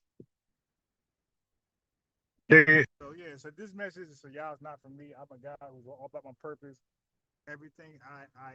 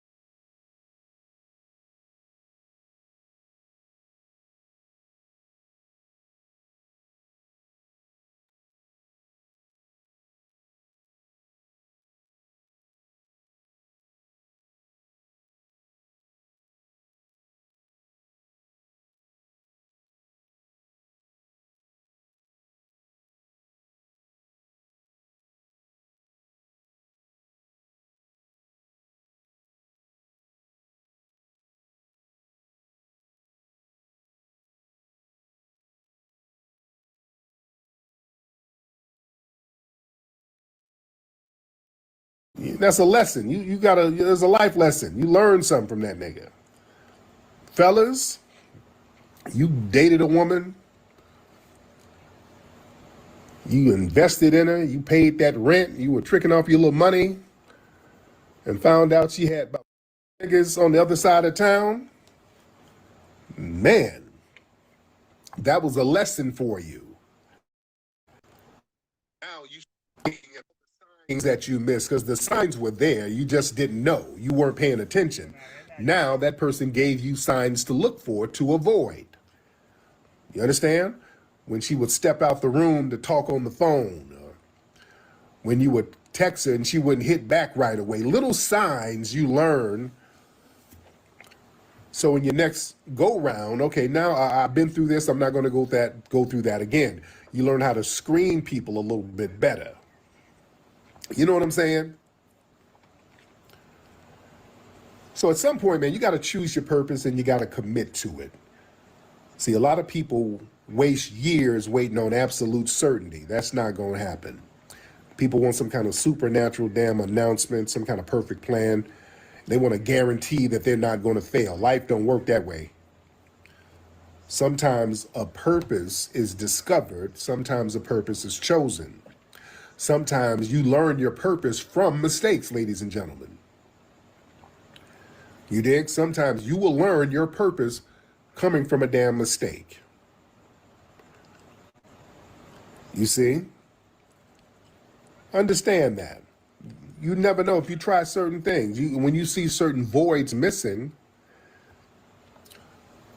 and let me tell you something, when you dive into your purpose, you will be rewarded. Ultimately, you'll be rewarded if you are really, really deep into your purpose. The rewards are going to come.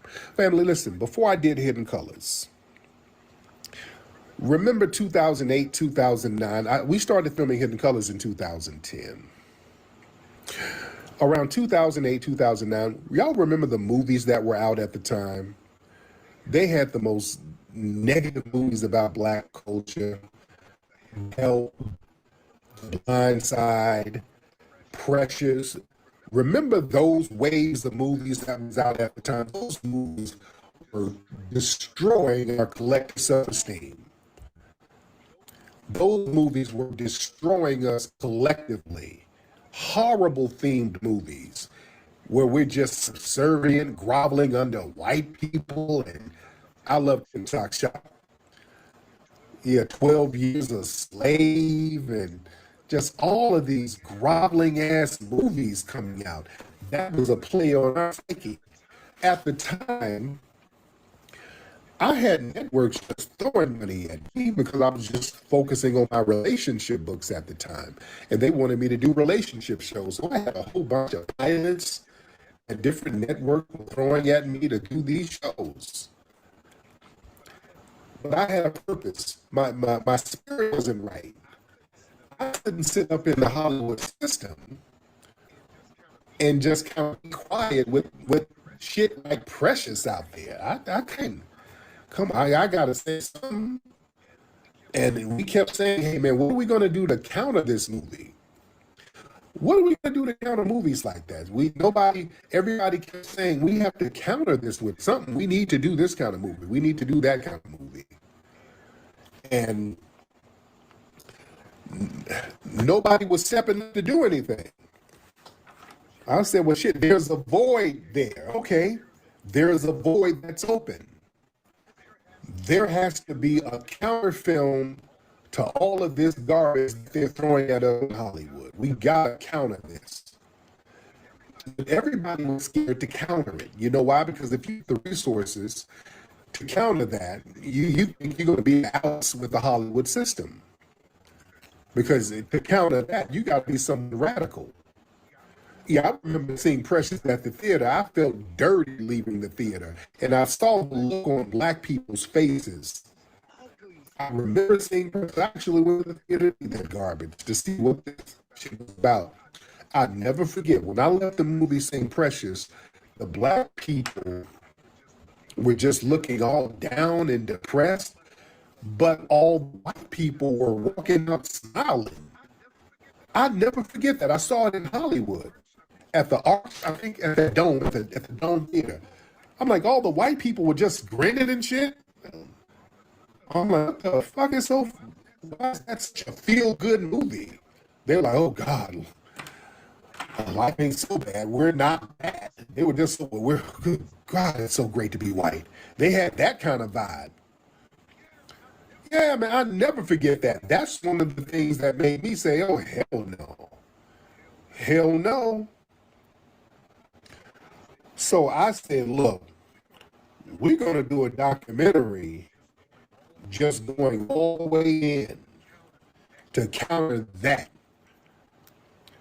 There's never been a documentary like Hidden Colors before, ever. There's never been nothing like that before. We got all of these very, very pro-black scholars who's not on that boule shit to tell the truth. We got Dr. Welsing, Shahrazad Ali, Umar. That's the first time Umar got in a movie. So we got some heavyweights. And we did the movie. We didn't know how it was going to be received. We didn't know how it was going to be reacted to. We didn't know. We didn't have a template. We had no template to go by, ladies and gentlemen. But the ancestors were telling me to do that film. I gave up a lot of Hollywood, but the people in Hollywood were telling me to know. They heard about it. They didn't want me to do it. They heard of how radical it was and all that. They didn't want me to do it. But that was a purpose. I said, this is a purpose. I have to do this shit. This is not an option. Yeah, I'm not going to sit up and just watch another fucking Precious and not counter that. Yeah. So, yeah, we put out Hidden Colors in 2011. We filmed in 2010.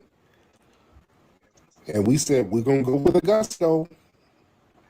The ancestors wanted me to put this out, so let's see how it do. That shit took off like wildfire. That changed the whole game.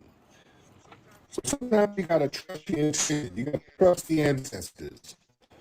Because before I had no intention on doing that. I was about to just do a regular TV show on network television. But sometimes you gotta listen to the ancestors, family. So that took the game to a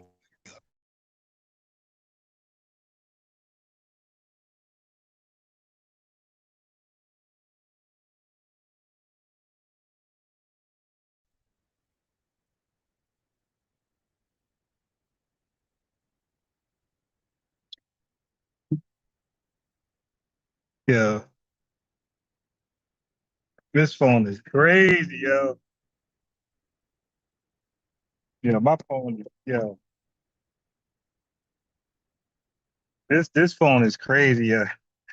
Like my worst mistake is buying it. I broke my phone. I bought the same exact phone. I should have never did that. This phone is going crazy, yo. It's going crazy. Wow, man. bookstores took off. These black bookstores, that changed the game. Yeah. So sometimes you got to listen to the ancestors and see where your purpose takes you. Huh? Sometimes you just got to listen. Man. Oh, yeah, that's why you hear a lot of people say, yeah, man, Hidden Colors changed my life. Shit, Hidden Colors changed my life. Yeah, that was the shit. You know how many people that shit impacted? People like Prince was impacted by it. You know, the Jackson family, all of them. Y'all go look at the Jackson family. Michael, all of them follow me. Half the family follows me. Yeah? You see? Prince, Janelle Monáe said Prince made people watch Hidden Colors. She said anytime people came over to Paisley Park, she said Prince would make everybody watch Hidden Colors. She tweeted that. Janelle Monáe tweeted that. Colin Kaepernick was impacted by that. That's my brother. Just everybody. It changed the game. Yeah? It changed the game. Oh, Prince was a real one. People don't know how pro-black Prince was. Prince wouldn't really do business with you unless you were a black person who owned your shit. Prince was like, yeah, if I do business with you, do you own your stuff? That's why Prince loved doing stuff with Patrick Smiley. Prince did stuff with Spike Lee. Al Bell, who had Bell Park Records, that was an independent black. That's when he did the New Power Generation. Prince was very, very pro-black. So was Michael, by the way. You want Daddy Dirty Pizza? So was Michael. No, I don't like yours. And Michael too. You like clean? But yeah, Prince was a real one, for real, for real. Yeah. No, it's not. Man. Yes, indeed. Yes, indeed. All right, should we get one more call, ladies? You going to the library later? Yes, everyone too. Love Eddie. You go to the library later? You can go. Yes, indeed. All right. Should we get one more call? We got a lot of people in here. Raise your hand. I'll get one more. We'll get one more, right? Raise your hands, ladies and gentlemen. Raise your hands. Let's get one more up in here. Let's get, looking in the request queue. We'll get one more. And one more ain't gonna hurt nobody. One more ain't gonna hurt nobody. Chief Mo, let's get Chief Mo in here. Or is it Chef Mo? Okay, I'm saying Chief Chef. All right. Excuse me, Chef. All right. How about you guys raise your hand in the comments? We'll do it like that. The Prince paid Lauryn Hill's taxes. Wow. Oh yeah. Michael Jackson. I heard that he paid, like, for some of James Brown's family. It helped his ex-wife, his widow, take care of back taxes and all that, and help her get a crib and all that. I know Prince helped. I'm not Prince, but Michael helped Sly Stone. I think Michael gave him his publishing back. Michael was giving people their publishing back. I know for a fact he gave Little Richard his publishing back and a job for life. He told Little Richard, you ain't never got to work again in life. Yeah. Michael told Little Richard, you ain't ever got to work again in life. You got a job for life. Gave him his publishing back. That's why they had to get Michael's body here. Michael paid for David Ruffin's funeral. I believe that. Oh, yeah. Oh, yeah. Man, Mike was that dude. Mike was that damn dude, man. Yes, indeed. Yes, he was a phenomenal brother, man. That's why I'm glad that movie on his life crossed the $1 billion threshold. That movie crossed that $1 billion threshold. Yes, indeed. Paris, let me get you in here, Paris, because you've been having your hands up. Let me get you in here, Paris. Let me see if you're in the request queue, because you've been having your hands up. Paris, hop on in, Paris. Hi, can you hear me? I can hear you, Paris. How are you? Oh my God, I'm so glad I got up because I've never used TikTok before. You know, I'm from Twitter. You know me from Twitter, right? From New York. Okay, what's your name on Twitter? Paris. Okay. Oh, yeah. I know. Okay, yes. Yeah, I just don't know much about TikTok, so I put this fake little picture up there, and I don't really have many followers. I'm on here for you, you know, and I want to thank you. I gotta say, brother, you have no idea. Like, I'm just so thankful for you. You have no idea. I don't think you realize I'm here in New York, and there's a lot going on.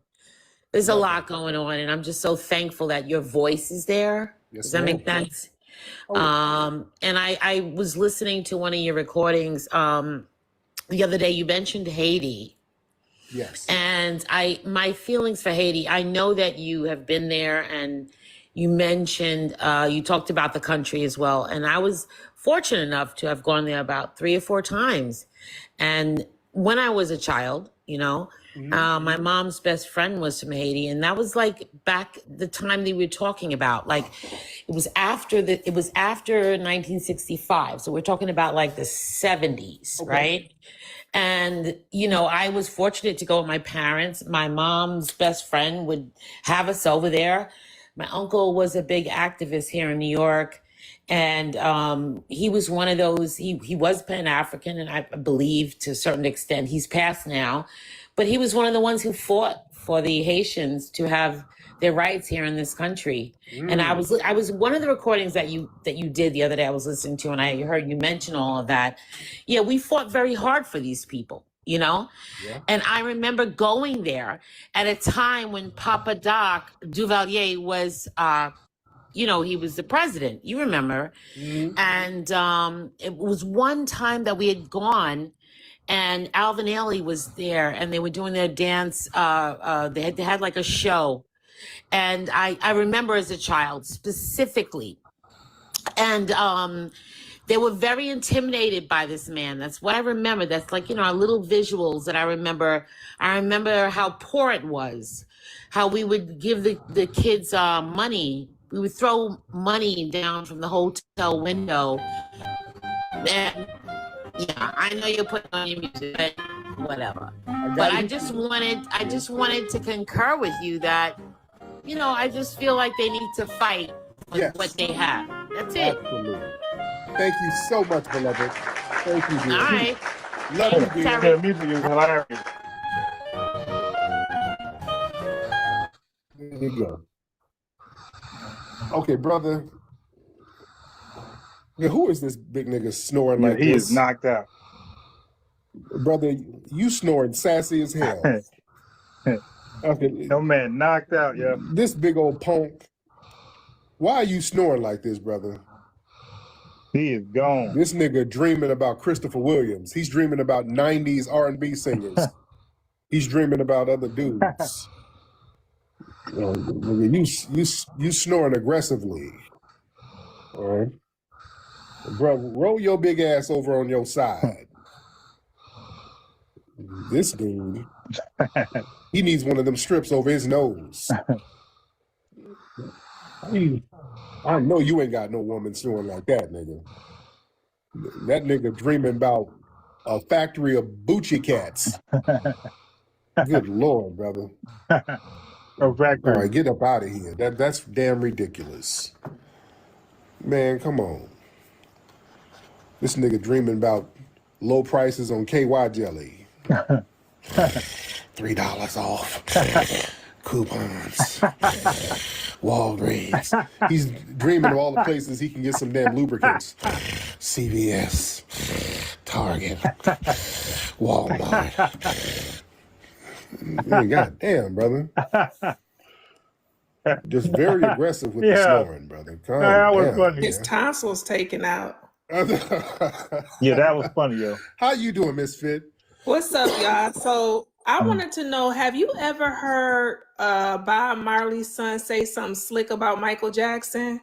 Oh, no, what? Who said he did It's that? the one that got kids by Lauryn Hill. Every time he talks about his dad, trying to buy his dad's music, he always throw in there, oh, we asked Michael Jackson and he told us no. Really? Okay. He not obligated to, he said Michael Jackson said if he buy it, he's going to own it or own a percentage of it or something. But he always fixed his mouth to say that. And it's like, dude, your dad was Bob Marley. You're not Bob Marley. Oh, wow. Yeah, he's done that twice on the interviews. Oh, I got to see that. Send me the link on that. I want to see that. Thank you, beloved. Yeah, Michael was a shrewd businessman. Michael was about that business now. Yeah. He did the same thing with Paul McCartney. Yeah, Paul McCartney's I've seen Paul go around and do a bunch of interviews talking about how him and Mike wasn't cool no more because Mike wouldn't sell him that damn Beatles catalog. Mike don't know y'all shit. Mike was doing them like they do us. He buy it and be like, hey, this is business. Mm-hmm. It ain't personal. Shit. Notice how everybody, when it comes to us, they feel like we're obligated to just give them shit. We ain't supposed to do business. They only pull that with foundational Black Americans. You don't go to the white executives because they don't give you shit. They'll tell you, I ain't giving you nothing. I don't care how many hit songs you They're wrote. like, sue me. Hell, you had Lear Cohen hop on the Breakfast Club talking about, yeah, I make all this money, off this negativity. Yeah, I got to eat. My family got to eat. I ain't mad at them. And you ain't pressing them. He got up there and said, hey, my family got to eat. Yeah, I do all that, but we got to eat. Yeah, you don't go press them and holler at them. They control publishing and rights to shit, and people just accept it. You don't dare try to shame them into giving it up. They ain't giving you nothing. And the non-FBAs do the same thing. If they get something, they hold on to it. They ain't giving nobody nothing. But when we start owning stuff, we're supposed to be obligated to just freely hand it over. No, Mike was a shrewd businessman, as he should be. Yeah? Mike told Paul thought everything was all gravy. He tried to sweet talk Mike into giving up some of that catalog. Mike was like, no. Come on, Michael. We're buddies. Yeah, we're not that cool, Paul. Yeah, I did a song with you, but nigga, that's it. All right. Hey, Bunny. And we ain't that Ivory. cool. Come on, Mike. Come on. Yeah? Hell no, they wouldn't have did it for Mike.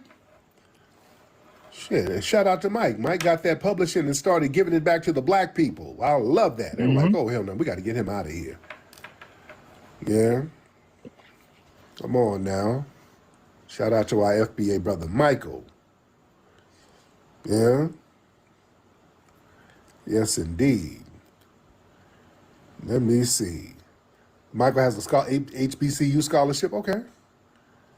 Man. Yes, indeed. But anyway, let me get up out of here, man. It's been real, ladies and gentlemen. It's been real. Y'all go to hiddenhistorymuseum.com. Make a contribution to the Hidden History Museum. hiddenhistorymuseum.com, ladies and gentlemen. hiddenhistorymuseum.com. Hey, I wanted to do a live reaction on Marquette debates. Right? And I want to be honest about his debates. Okay, because I don't know. They always go left, every last one of them. All right, so let's do it together.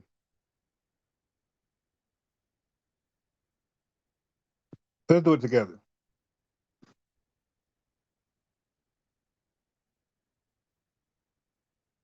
First name Marquette what?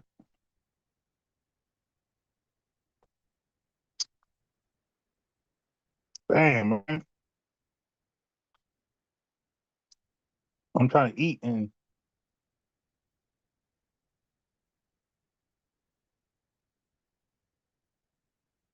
give me a second, man. I gotta eat. Ate nothing all day. What's his last name? Marquette what? Marquette Davion something. I'm gonna do Saint Center.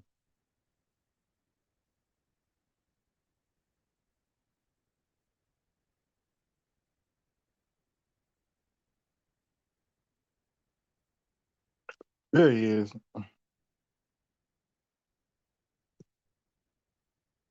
Let's do some reactions to the debates. Because he be having some controversial debates. They all go left. Hold on.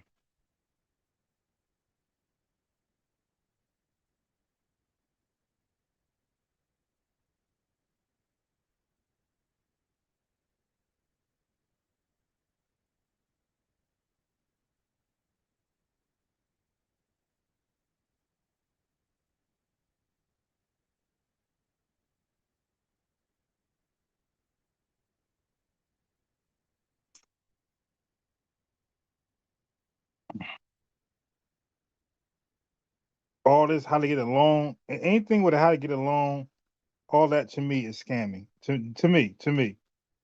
Okay, here we go. Right here. I think. Peace to the saints. Today we have yet another. Hey man, listen, all you guys got questions about FBAs, all the gaslighting. I'm saying invite yourself up. Talk to me. I got you. I can answer all your questions. Okay? Invite yourself up. Come on.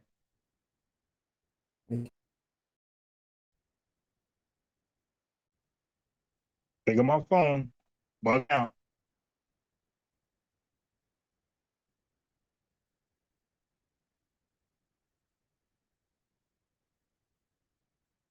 This is crazy, man. I had none of this with my old. Here to argue against the idea of black people, and the way to have basically marginalized him. Here we go. Here we go. His grandmother, grandfather, great-grandmother, great-grandfather, and your recent ancestors. I want to yield the floor to the gentleman to introduce himself. Okay, so my name is Carl Drogo. It's my online name. So yeah, I don't use my real name. So you could just address me as Carl. So basically Carl, as in C-A-R-L? No, K-H-A-L, Carl. Carl from the. Carl, got it. Okay. Yeah. Why don't you use your true name?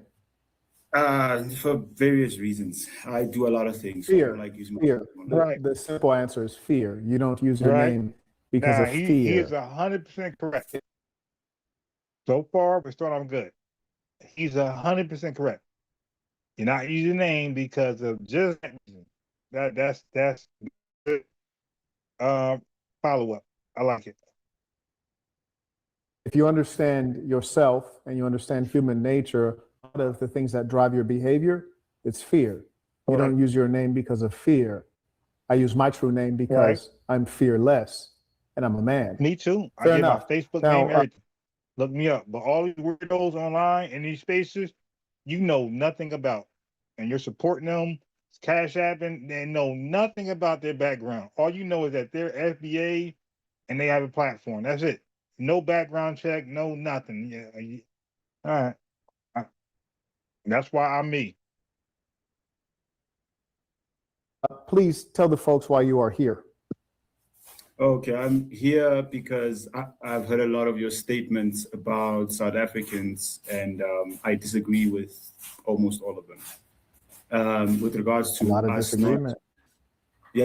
with regards to us not be us still being oppressed by white South Africans, with regards to us hating other Black people, none of that is true according to my understanding. So you misrepresented the first thing. You never said that you're still oppressed by whites. And by the way, not to say not Turk Nasheed, but me, my argument is if somebody with Jamaican origins, West Indian origins, Haitian origins, or African origins, when they say they Black, I need them to qualify, because here in America, we say we're Blacks, but we're native Blacks. So if we're native Blacks, what type of Black are you? I mean, that's a fair question. We're native Blacks. We're foundational Blacks. We're lineage Blacks. What kind of Black are you? That's a fair question. So if you have origin, one ancestor, I don't give a damn, one parent that goes to one of these foreign countries and you say you're Black, I need to know how. I'm telling you, those who come from a plantation in America, who can trace our genealogy to 1870, we are Black because we're foundational and we're native. I just want to know, how are you Black? That's all. Invite yourself up. I'm going to put the link in to YouTube in a second. But I would love to know, how are you Black? That's a fair question. Oppressing yourselves. You're the majority. You could take over today, actually, right now. So you are a slave of your own making. That's number one. The number two, there are many Blacks that have come into that territory, which you now call South Africa, and you all view it as a zero-sum game. So you fight at the bottom of the triangle for the crumbs that have fallen off of the table of the white South Africans. And while they remain largely invisible because they're wealthy, you allow them to operate you as a puppeteer and make you fight against your own. And when I say your own, I mean other Blacks. You're so foolish that you would call yourself South African and identify with the whites who oppressed you. Okay, so I want to ask you a question. How would Before you ask a question, do you comprehend anything that I said? No, I hear what you're saying, and I disagree with all of it. But I want to ask okay, very good. Yes. So I want to ask you, how would liberation look to you? Like, what would you have us do as Black South Africans for you to believe that we are in fact? Now they're Black South Africans all of a sudden. Okay, whatever. All right, whatever. Let's go with it. Let's go with it. not under the yoke of the white monopoly or white supremacists. I can tell that you're having trouble processing because I stated already that you are a slave of your own making. You see, so the problem is that you are not able to comprehend what I'm saying, and you're having trouble dealing with new ideas, which is often what I. It's not new. It's not new. It's not new. Nigerians have been saying that dumb nonsense for a while now. It's not new. Well, if it's not new, why is it that you're making an old argument against an argument that I'm not even making? You're not even addressing what I said. I wanted to, because I don't want to put words in your mouth. I don't want to argue against something you did not say. Yeah, but that's what you just did, young man. That's what you just did. He literally just did that. He just did that. Okay. So I'll have to assume that you would. No, you don't have to assume. I just explained. If you don't understand, ask me specific questions to clarify my position. You know where I'm going, though, but you don't know where I'm going. Yeah, you don't know where you're going. You're going the wrong way because you're assuming something when he stated it plainly. There's no need for assumption if he clearly explained it. He's right. You don't know what you're doing or saying. Where you're going, that's a challenge. I would have to assume that you would have us remove all the white folks from South Africa, right? Or remove the white monopolists. Yeah. Like, what would we have to do? Because I don't want to go on that and break that down when you haven't said that. I want to know, do you believe that? And if not, what would you have us do to prove to you? That's the thing I'm asking, because I don't want to put words in your mouth. I don't want to say. Sure, I appreciate that. Yes, I'll give you a couple prescriptions, and I hope everyone who's in South Africa is making notes. I have an organization called SASN Africa. It's headquartered in Nigeria, and that's because Nigeria is a more authentically Black powerhouse on the continent. But this is for all the Black Africans. I disagree with that. Okay, the Saint took an L right there. He just made that up. They're authentically Black, no way, shape, form. They are the main ones saying they're not Black. They have a culture. They have a homeland. Yeah, so I disagree with that, the Saint, and I'll debate on that one. And I will win, like I normally do. Okay. Pardon me, sir? It's not. Nigerians are not that, but go ahead. I didn't say Nigerians. I said Nigeria. There's a difference, you see. Are you suggesting that the Black South African is more empowered than the Black Nigerian? I would say the Saint has to demonstrate what the hell is a Black Nigerian and what the hell is a Black South African. Like, I really believe he don't know what he's saying. He's just saying words that sound like they go together. Okay, I would challenge him on that. Like, what do you mean? What is a Black South African? What is a Black Nigerian? Like, he's just making shit up because it sounds good. So that premise is weak.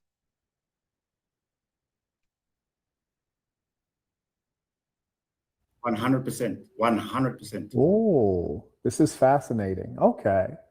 Well, what ethnic group, or how about this? Let's not talk ethnic.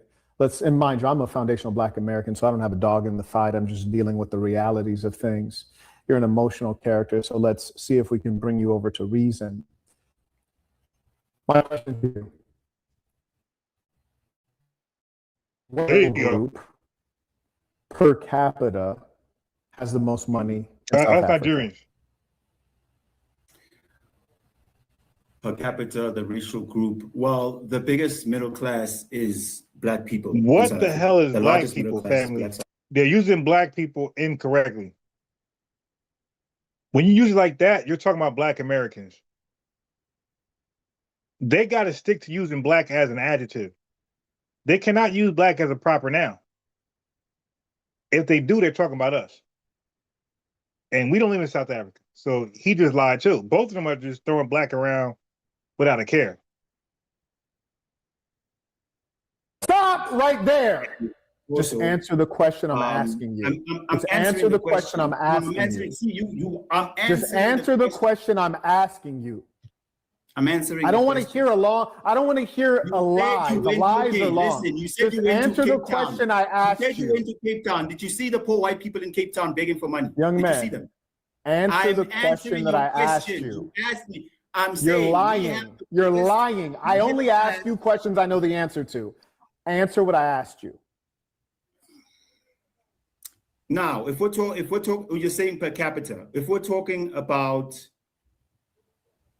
the upper class, you're talking about the rich, then yeah, it's obviously the white monopolists.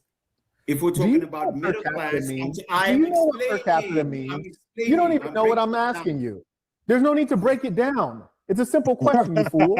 I asked you which racial group is the most affluent per capita. You don't need an explanation. The simple answer is the whites. That's it. There's no explanation. It's the whites. If I ask you what is 1 + 1, the answer is 2. You don't need to say, well, you take the one and you add it to the other one, and then no, the answer is 2. He's right. Your limited intellect is revealed in your inability to be concise. There's nothing to explain. For money in Pretoria, white people begging me for money in Cape Town, white people begging me for money where That's I'm at. irrelevant, young man. That's irrelevant, young man. He's stepping out. Are rich, which is not the case. We have another emotional African. We have yet another emotional African. The rich white people. We have an emotional, irrational African. Okay. Oh, you always reveal yourselves irrational and emotional, out of control. We call it chipping out. They hate the truth. Oh, the demons, they always hate the truth. You don't know what the truth is, bro. You don't know what the truth is. You come here and speak to Do you realize? You think you know the truth. You don't know the truth. Do you realize? Let me break something down. Okay. Calm down. Calm down. Do you call me foolish and all sorts of things, but I need to calm down. It's fine. Calm down. Calm down. Calm down. Do you realize that you're outmatched? No, I'm not out. You're outmatched, actually. Let me break something down. Let me break something down to you. You already declared big player. You haven't done anything. You're coming at me with Nigerian talk. Let me break something down. Let me break something down. I wanted to ask you, what did you have us do in order for us to have this revolution, or for us to take ownership or whatever? I wanted to ask, what would you have us do? Should we confiscate all the white businesses? Do we chase them all out? Do we chase the farmers away? Do we go? Are you comfortable? Are you comfortable with the current state of affairs? I'm asking a question because I want to address certain things that you said. I don't want to put words in your mouth. I understand, young man. I'm asking you, are you comfortable with the current state of affairs in South Africa with regards to the? And that's why I am actively working to solve. What would you like? What? South Africans have been. Listen, I'm trying to get. Okay, go ahead, talk. Go ahead. I'm all ears. Go ahead. I'm saying South Africans have been fighting white monopolists since even before. Since apartheid, even up to this point, we have been fighting. The people that have been holding us back is the government. But even the government has made a great deal of strides to try and oh my God, sort of close the gap, the inequality gap between the rich and the poor. Right. So that's what I've been trying to tell you. So that when you say that we are afraid of the whites, I don't know what that means because I've been in this country for a long time. May I give you an example? May I give you an example? May I give you an example? Go ahead. I was in Cape Town, and I've also been to Durban. I've also been to Joburg. I was in Cape Town, my most recent trip. I was with a gorgeous young lady, nice, beautiful, even black complexion. She's about 5'11", nice, tall, body extraordinary. This is one of the few blessings that the South Africans have are gorgeous women. That's about it. So anyways, it's late at night and we're in some well-to-do area in Cape Town. And I was hungry. I wanted to have something to eat. And we're walking through this area and there was only one establishment that seemed to be open and going to where maybe their kitchen was open. And so I grab her hand and start walking there. And then she grabs my wrist and she says, "Oh, hold on." I said, "What?" She said, "Well, hang on. There are only whites in there." I say, "What does that have to do with a cheeseburger?" You hear me? I'm just trying to go have something to eat. She's like, "Yeah, I don't." She's like, "Do you think we should go in there? There's all white." I'm thinking, like, do I? Like, do you think? Like, you live here. What do you mean? I was like, is there a problem? Are they going to not serve us? She's like, oh, well. And the fact of the matter is, I was in South Africa. Right. A South African. And she was scared to go Jim into Crow. a bar restaurant In South Africa. because there were whites in there, as though it's the 1950s. Why is that? Okay, Why is that? So there was I was watching this podcast. There was another black man who said the same thing, that he went to Cape Town and experienced the same thing. Now, this is a South African black guy from Joburg. Hey. Cape Town is unique like that. Hold on. Hold on. Hold on. Hold on. Hold on. He just said that he's a South African black guy. South African black guy. I want my FBAs to listen to the finesse. He's a South African black guy. But when FBA say we're black, they say we're African. It's like, wait a minute. You guys use black and African together. So why, when we say we're black, you say we're African, using it separately? I mean, high IQ people, did y'all catch that? He just said South African black guy. But as they go together, right? African and black go together, according to this tether. But when we say we're black, they'll say we're African.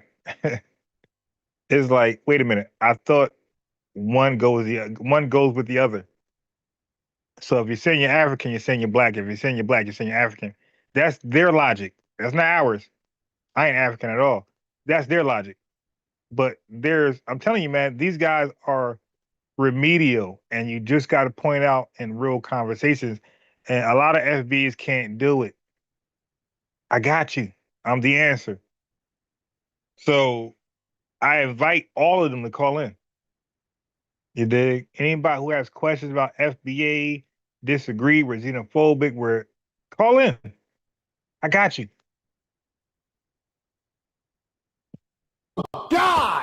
God, it's unique.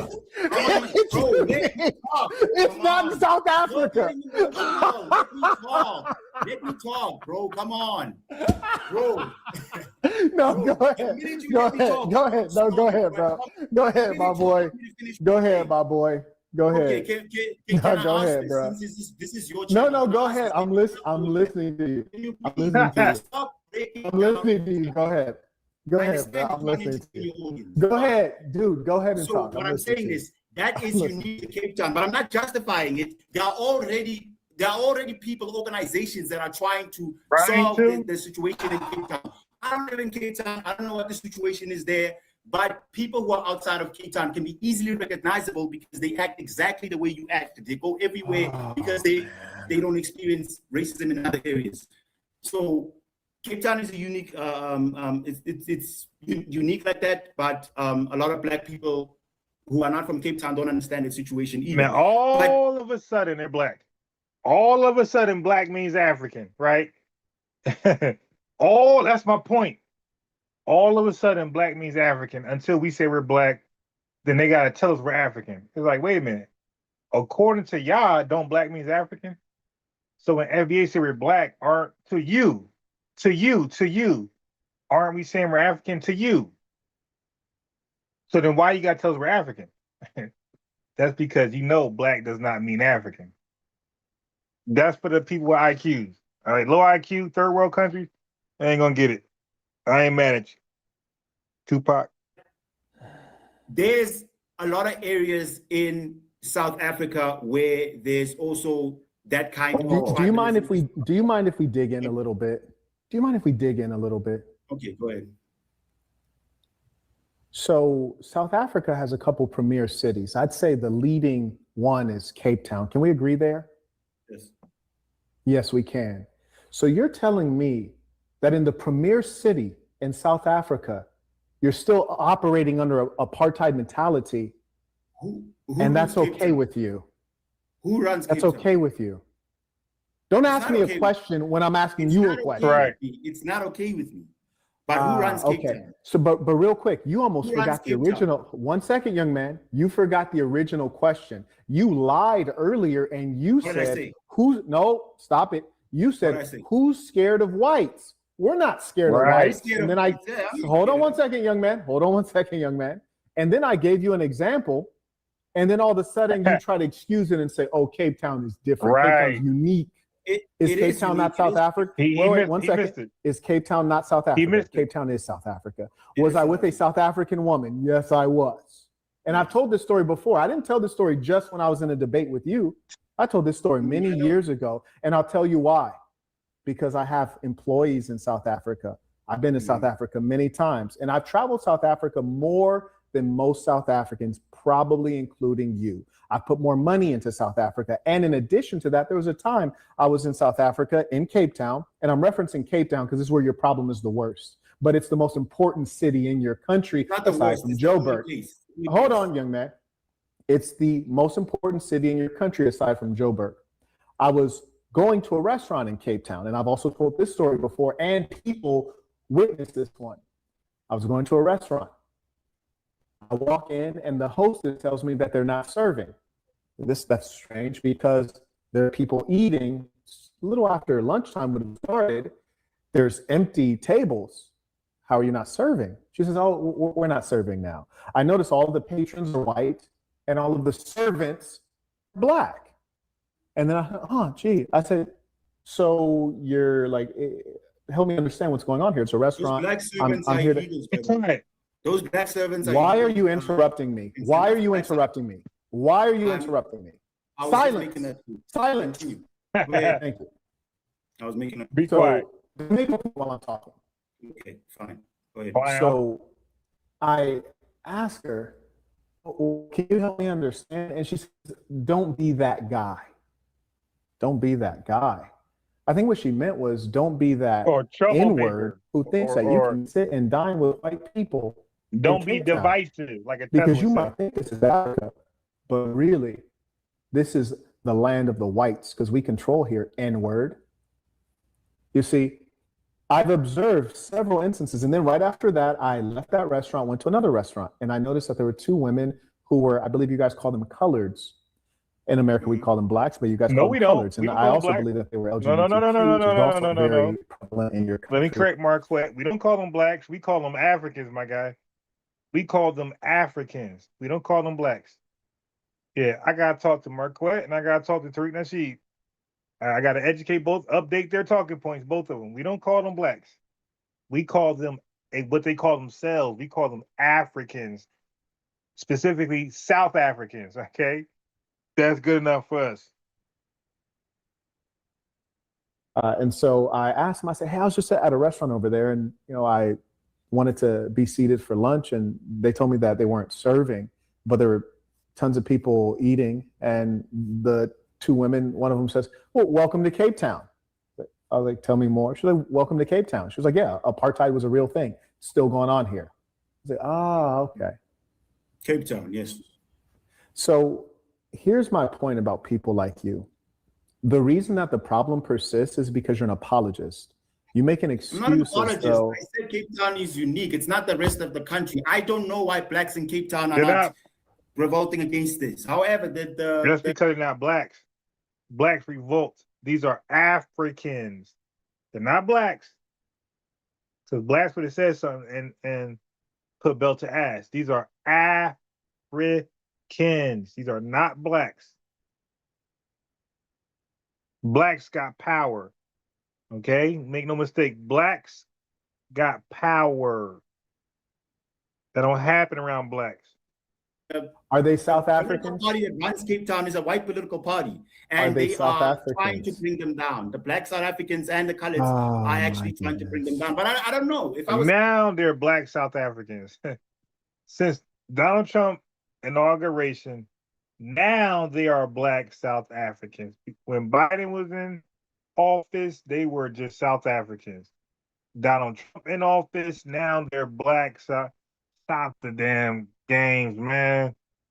Stop it. You're still South African. Nothing black about you. in Cape Town, I'll be able to explain the situation better. Okay. But Cape So Town then, is unique. no. So the rest real of the question that you The should rest be of the asking country does not yourself, operate that way. the thing you should be trying to figure out is, instead of trying to debate well-to-do American businessmen who support blacks in South Africa financially and Marquette, I have no idea what you're talking about, but there are no blacks in South Africa. They're just South Africans, and there's white South Africaners. There are no blacks living out there, my guy. Both of you are wrong, and you gotta stop. Both of you are, at this point, both of you are miseducating people. All right? intellectually. Instead of trying to debate people like me, you should be on the ground trying to figure out how you let these devils get out of control in your country. Disrespect you. Don't interrupt me, young man. Don't interrupt me, young man. Don't interrupt me, young man. You should be trying to figure out how you allow these devils to disrespect you in the country of your forefathers, on the land and soil where your blood goes back into the earth. That should be your focus, not trying to babble and get clout off of me. Okay, let Do me you ask go you and a debate those devils? Do you debate devils about this? Let me ask you, I've debated them many times. I'll send you links. I've debated them many times. So let me ask you a question. So you argue that we are afraid of white people as black people in South Africa? I just proved it. What do you mean I argue? You're not black people in South Africa. You are Africans in South Africa, okay? Proved it. I'm pretty sure in America there are also areas where you guys also do the same thing, sir. but it's fine. No, sir. Yes, No, sir. Texas is No, one of sir. them. Texas is one No, of them. sir. But That's let's move on incorrect. from that. Texas No, is you're one of lying. them. Yes, No, yes, you're it is. lying, sir. Don't Have don't white make up people in lies. your own Don't make communities up who are lies. run by Democrats Let me in your own let me tell you the difference between run by black Americans. Democrats. You One don't have your own second. political party. You're because making you're up things. scared to have You're your own making political party in America. You're mentally ill, my guy. You're mentally ill. You're mentally ill. No, You you're see, I'll mentally help ill, you because, out. I I'll just help got you. you. This is why you're so angry. I'll help you out for a moment.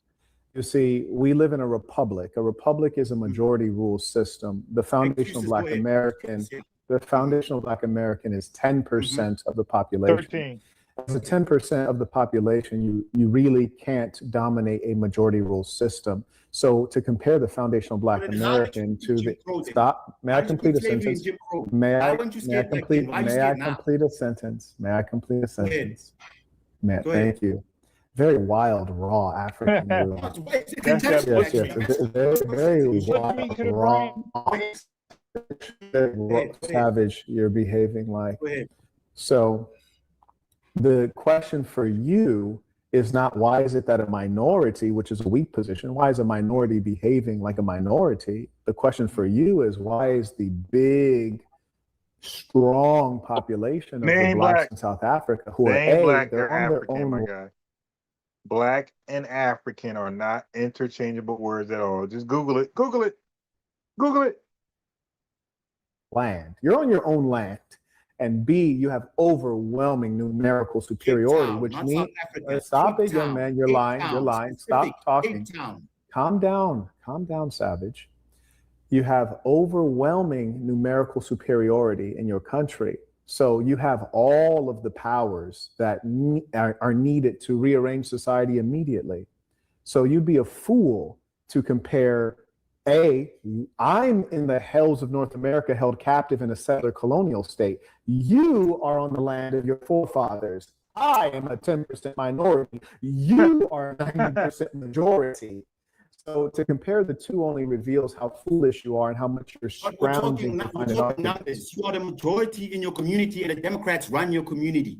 And no, you guys that's actually not true. That's not true. Give me one example. No, 1 second. Give me one example. Give me one example. Give me one example. Calm down. Give me one example. Give me one example. Son, calm down. Calm down. Give me one example. Calm down. Just calm down. Chimping all the way out. Just give me one example. Give me one specific example. Of what? You were trying to make an argument about calm down. Calm down. You just said what? You just said what? You just said what? Now be silent so I can tell you what. You said that the Democrats control Black Americans in Texas. And I'm saying, okay, give me an example, specifics. You're talking about things you don't know about. So I'm about to embarrass you because you're making up lies. So now give me a specific example. I will listen. No, didn't you guys He vote says for no. Didn't you guys vote for the Democrats? Not recently, but all along. Didn't the Democrats control the Black community? Don't ask me questions. Give me one specific example. I heard you guys. No.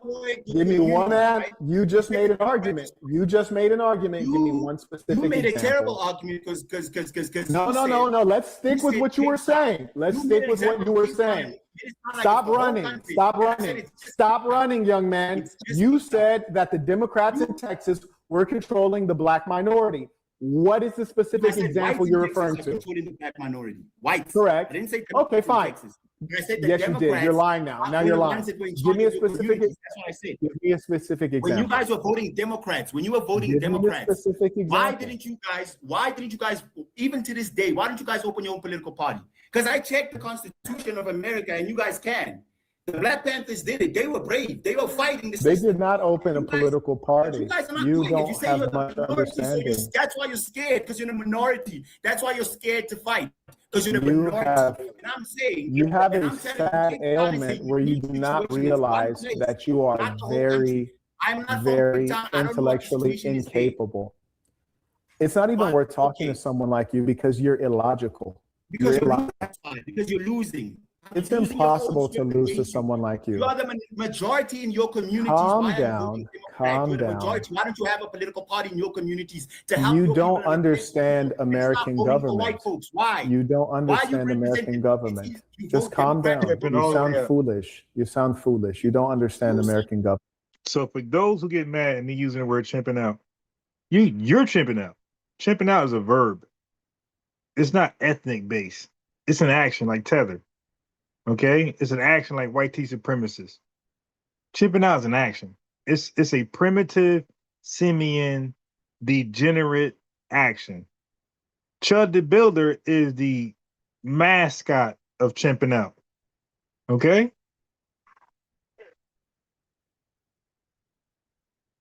So chimping out is a real action word, and it's real. And people chimp out all ethnicities. White people chimped out the most historically, and the word chimping out literally was made for white people. Okay? Buddy right now, who's debating the Saint, you can't chimp out more than that. Like, he's on Chud the Builder level as far as chimping out. Okay? He's definitely chimping out. Okay, y'all get gaslit by white people. See, my thing is, I don't look at white people as my savior. I don't look at white people as God. I don't look at white people because they said so it's true. I really stand on real FBA business. Y'all don't. Y'all insecure. Okay, you might be dealing with EIC. All right? Chimping out is an action word and is reserved for people who are primitive in behavior, simian in behavior, and degenerative in behavior. I will never chimp out. There's no such bone, there's no such gene in my body that would cause me to chimp out. Okay? So this South African guy is literally chimping out. In every such of the word, he's chimping out. Okay, go ahead. I asked you a question. You don't understand American government. Tell me at what level could a Black party win? Just give me one example, just one single example. The Black Panther was a Black party. The Black Panther party. No, that was not a party, and that lets me know how uninformed you are. Let me teach. Stop it. Let me teach. They were called the Black Panther Party for Self-Defense, yet they were not a registered political party that stood for office. You see, they were a political, cultural, revolutionary movement and organization. Look how crazy this chimped out African look now. He's trying to Google something, and the Google's gonna be like, "Yo, you're remedial." So you tell me, his Google search gonna say you must be a tether. them as an example. No, don't Google, don't search. No, do not Google, do not search. No, sir, I'm not going to argue against ChatGPT. You're an intellectually inferior person. You're an intellectually inferior person. Look, both my hands are here. Both my hands are here. Put your hands up. Both my hands are here. You see, here's the problem. Calm down. Stay focused. No, stay focused. Stay focused. I want everyone to observe. When you're talking to someone who's intellectually inferior, calm down. Calm down. When you're talking to someone who's intellectually inferior, he can't make arguments. He has to use ChatGPT. Look at him typing right now. He has to use ChatGPT. That's sad. Well, no. The way I debate, I don't give a damn what you use. Okay? I don't care what you use. You can, a matter of fact, I advise. When I debate, I'm different than him. When I debate, I advise my opponent to use the internet as we debate. I believe I'm that cold. I'm that lit. Where I believe you need the internet. You can't beat me. You can't even come close. You can't even be a challenge without the internet. So I encourage, I'm different than this guy, Marquette. I encourage my opponents to use the internet when they debate me. Because I know whatever I say, the internet is going to agree. You dig? So as a matter of fact, if it disagrees, I say I lost that argument, not, that point, not the entire subject. But if you use the internet and it says I'm wrong, my rule is I'm wrong. That's my rule. He won't say that, and other folks won't say that. That's my rule. If the internet says I'm wrong, I'm wrong. So it's really easy to beat me. All you gotta do is Google it. And if Google says I'm wrong, I'm wrong. But I know, because I'm one of the baddest researchers on the planet, I know whatever I say, Google, and wherever you go is going to say he's bad. That's a cold man. You better leave him alone. He gonna embarrass you. He gonna make you go viral. He gonna make you a clip. You dig? He gonna make you. You're gonna be permanently on the internet. As another failed opponent of Unbiased Ron. 17 years debating, 17 years undefeated. You ain't gonna be the one to beat me. You dig? And none of these other guys gonna beat me either. Ain't no such thing as a black African, black outside, a black South African. I'll debate both of these guys. Show me a black South African. I'll debate both of them together. You dig? There's no such thing as a black South African. They both made that up. They're just South African. When did the word black come in between? All of our lives, geographically, all of our lives, we only have known of West Africa, South Africa, East Africa, Central, and North. The word black North African, black East African, that's made up. That's anachronistically applied. People are applying that now after the fact. That's not on no map. That's in no real legitimate language. These are directions of Africa. Just like United States, you got North Jersey. I'm sorry. You got North America. No. You got the East, West, South, North, right? In America. North over here, New York, Maine, all that, Michigan. You got the Midwest, Missouri. You got South, Florida, Texas, all that, and you have the East, which is us too. That's also Florida and all that down there. And then you got the West, California, Nevada, all that. So we have a North, West, South, East in America, and the continent of Africa have a North, West, South, East. Ain't no white East America. Like that's crazy to add that there. Yeah, I'm from the North Black America. I'm from the North White America. What? Like, how come we don't use black? Okay, if that's true, if there's a South African black South African, then why isn't there a black South American? Like, yo, you think about that. If there's a such thing as a West South Af, I can't even say it. If there's such thing as a West African, no, West Black African, South Black African, East Black African, North Black African, then there, since we are the blacks, the real authentic blacks, then there has to be a such thing as a West Coast Black American. You dig? East Coast Black American, Midwest Black American, Southern Black American. What are you saying? No, we are the authentic blacks.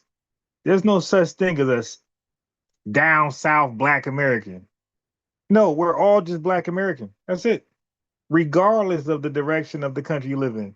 You're just Black American. You're not East Black American, West Black American, South Black American, North Black. None of that stuff. That's false. You're just Black American. So the fact that they're saying Black South African, you know that they're making that up now.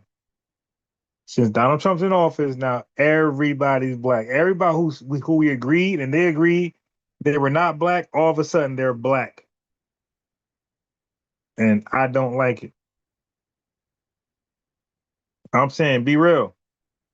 Let's stick to familiar language. We didn't call South Africa Black South Africa. We didn't call West Africa Black West Africa. We called it what it was. North Africa is North Africa. We didn't call it North Black Africa. That's new terminology. Hey, D Love. You there, D Love? Yeah. Thank you for having me out, man. What's the topic? Really, I'll tell you. Are you Black? Yeah. Great, me too. I'm Black. Yeah. All right, Black Power. Yeah, definitely. Yeah, Black Power. Okay, yeah. Nah, it's all good. What are you from? Are your ancestry from another country? African history, yes. What part of Africa? Guinea. Yes. Okay, Guinea. All right. Isn't Guinea part of the AES? Not yet. We're working on it. So are y'all still down with ECOWAS? Okay. All right. So is there any reason why you want to leave ECOWAS to go to AES? Politics, man. I'm not okay. Now, okay. Not you. I'm saying for what you heard. You said you're working on it. So is it from what you heard, right? Is there any reason? The reason you heard why they want to leave ECOWAS? ECOWAS seem to be legitimate. I love ECOWAS. So while go ahead. I want that to happen too, but I don't have more information on it. Wait. So why do you want to leave ECOWAS? ECOWAS is lit. I support ECOWAS. I don't follow up with politics. Okay, all right. So, all right. So let me tell you why I rock with ECOWAS. I don't rock with the AES, the Sahel Alliance, because the Sahel Alliance is backed by America ops. It's backed by the Russians and all those folks over there that we don't rock with. Like these are communist countries who don't believe in democracy. They don't believe in equality. They believe in one-party systems. They don't believe in two parties. They believe once they're in power, they're always in power. That's why as soon as they get down with AES, the first thing they do is suspend the Constitution. That's the first thing they do. Ibram Traore, all of them. They suspend the Constitution. That means that you don't have a right to free press. You don't have a right to freedom of religion. You don't have a right to freedom of speech. You don't have a right to protect yourself, Second Amendment. You don't have a right to a speedy trial. Like all the constitutions we have over here in America, the liberties and freedom we have over here, once they leave the ECOWAS and get down with the AES, all those rights as a human being is suspended and women are treated like animals. So that's why I don't support African nations leaving ECOWAS and getting down with the AES. Yeah, I'm glad you know about all that information. From where I see that, like I said, I couldn't tell you much, and and I just think that sometimes in America they feed us with propaganda, so that's why I don't really listen to a lot of white American. That may be true. That may be true, but you gotta understand that. Let me just say this: that may be true. I can't deny that because they do it over here. But let me say this: America's divided. So there's not one propaganda. There's two propagandas. You got the liberals, who we call the libtards, and you got the conservatives who are more on the racial side of the ball game. So not everything they say is true, but not everything they say is false. So you got to kind of get into politics to be able to weed out faction from fiction. You know, that's just what it is. Yeah, but you just say that politics, bro. How are you trusting what a politician No, tells no, no. Listen, no, no. Listen, what I'm trying to say to you. Everything in life is politics. There's nothing that's not politically ran or controlled or influenced. Everything's about politics, and I wish it wasn't. I'm with you. I wish it wasn't, and that's why you and I are on the. That's why you and I are on the internet, because we don't politically speak. We speak from the heart, right? We just speak what we say. Like, we don't care if somebody get offended. We don't care if somebody flag us. It's like whatever. You know, we're gonna say what we're gonna say, but that's not the world. The world relies on politics. That's all I'm trying to say to you. Yeah, man. I mean, that's your perspective. That's how you see it, man. I don't see it like that, man. How do you see it? How do you see it? Said I try not to engage myself into politics. Okay. You seem to know politics more than I do, so Not much more. Nah, no, that's not really my lane either. Like, but I know like the little bit that's important. That's all. Okay. yeah, I mean, So you don't involve yourself in politics. So what do you involve yourself in then? What do you involve yourself with? No, I'm saying like a field of study. So it ain't politics. What is it? Is it science? Is it history? Is it, tech? it's a good question, man. Man, I've been to a lot of things really. I couldn't tell you a lot on that, but I'm like, I try to be flexible in a lot of things that I do, right? I'm not specified on like only one specific thing. So if I tell you one thing, then I'll be like confusing. So let me ask you this. Let's start right here. So what's your religion? Okay. All right. So, okay. So are you in Africa, or are you in America, or where are you at? In America. Yeah. Okay, so now do you favor the Democrats or Republicans? Because that matters. Yeah, I just told you that I'm not into politics, bro. Nah, okay, but you do know that the Republican Party is harsher. Okay, I get, but look, okay. So yeah, okay, hold on one second. Let me relocate. I know why. This is one area I'm in. Okay. Give me a second. All right, can you hear me? Hello? Yeah, I got you, man. Okay. I got you. All right. Now, politics matters for some people, right? So, for example, are you American citizen? Are you visa, something like that? I just choose not to be in politics, man. I mean, No, I know that's not That's not, bro. No, that's not politics. That's your status. I'm saying in America, are you? I'm just asking you. I am an American citizen. Like now, for example, I don't vote. I never vote. I haven't voted in 20 years. I never vote. I don't plan on voting. Period. So I'm not into politics, huh? No. Okay. He just said he's not into politics, but but then tell me to get into politics. Oh my God, dude, I'm for real. Oh, when it comes down to but you're listening to it. Hold on, you're listening to it. Wait, bro. You just said you're not in politics. I said okay. I respected it. I didn't condemn you. I didn't try to convince you. I'm saying I'm not in politics, and you gonna tell me a non-political person is gonna tell a non-political person that I need to be in politics. Then I'm gonna say you need to. Then I'm gonna say you need to be in politics. You just said that. You just said that. Tell you, Right. I'm trying to tell you that it's very important. I mean, Oh my God. wait. Go ahead. On board, right? Mm-hmm. Who do you think is going to implement your, the kind of stuff that you need to be implemented in the government? The same people. How can you, vote in for a right leader if you don't vote? Okay. Who's going to do that on your behalf? Okay, so you have to. Think that bro. How many questions you gonna ask? Okay, he asked. Oh my God, he hit Democrat shield. I know. Hey, listen, my guy. I don't need to vote. You know why I'm gonna tell you? Because I'm an American citizen, right? Nothing Donald Trump can ever do or Biden can ever do that's gonna remove my citizenship. Right? I'm here permanently forever. Now watch this. Secondly, 48 years. I'm not young, bro. I might sound young because I'm actually handsome. I'm a young looking dude. You know, I'm like that. But I'm not young. I'm 48. And my 48 years, well, my adulthood from 18 on, it didn't matter. Okay, right, but yeah, got it. Right. Yeah, but I look like I'm 28. You look like you 98. But listen, I'm saying to you. Listen. I'm saying to you.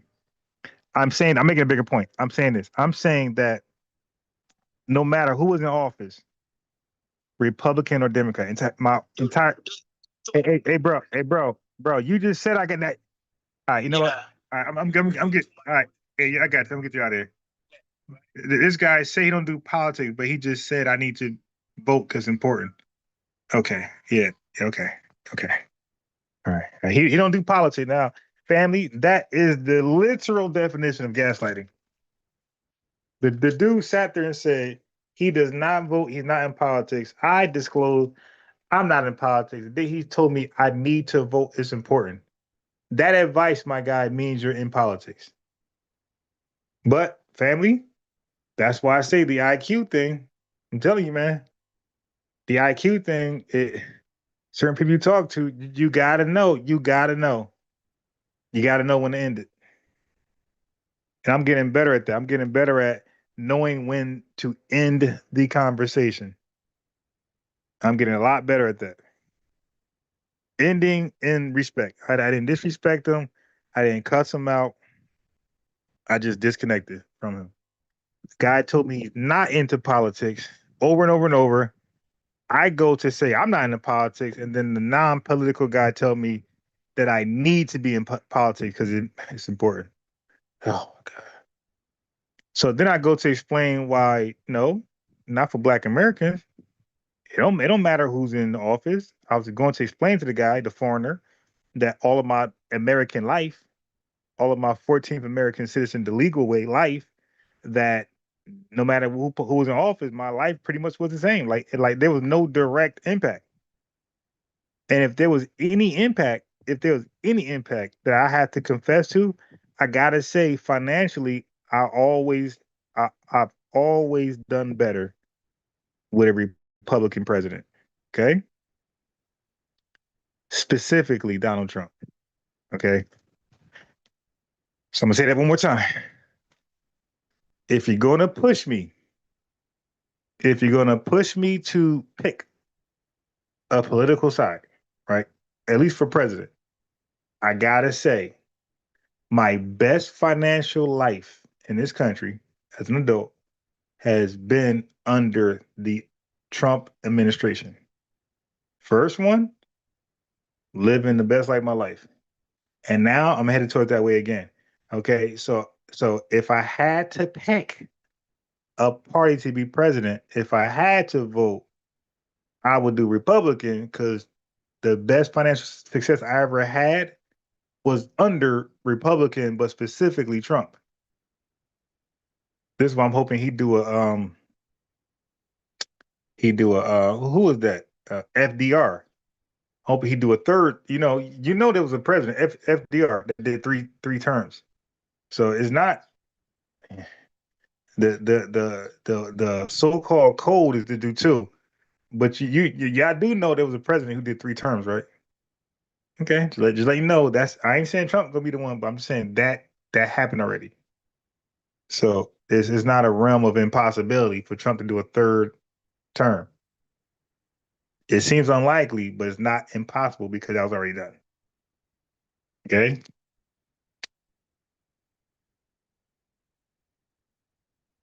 That's what I'm saying.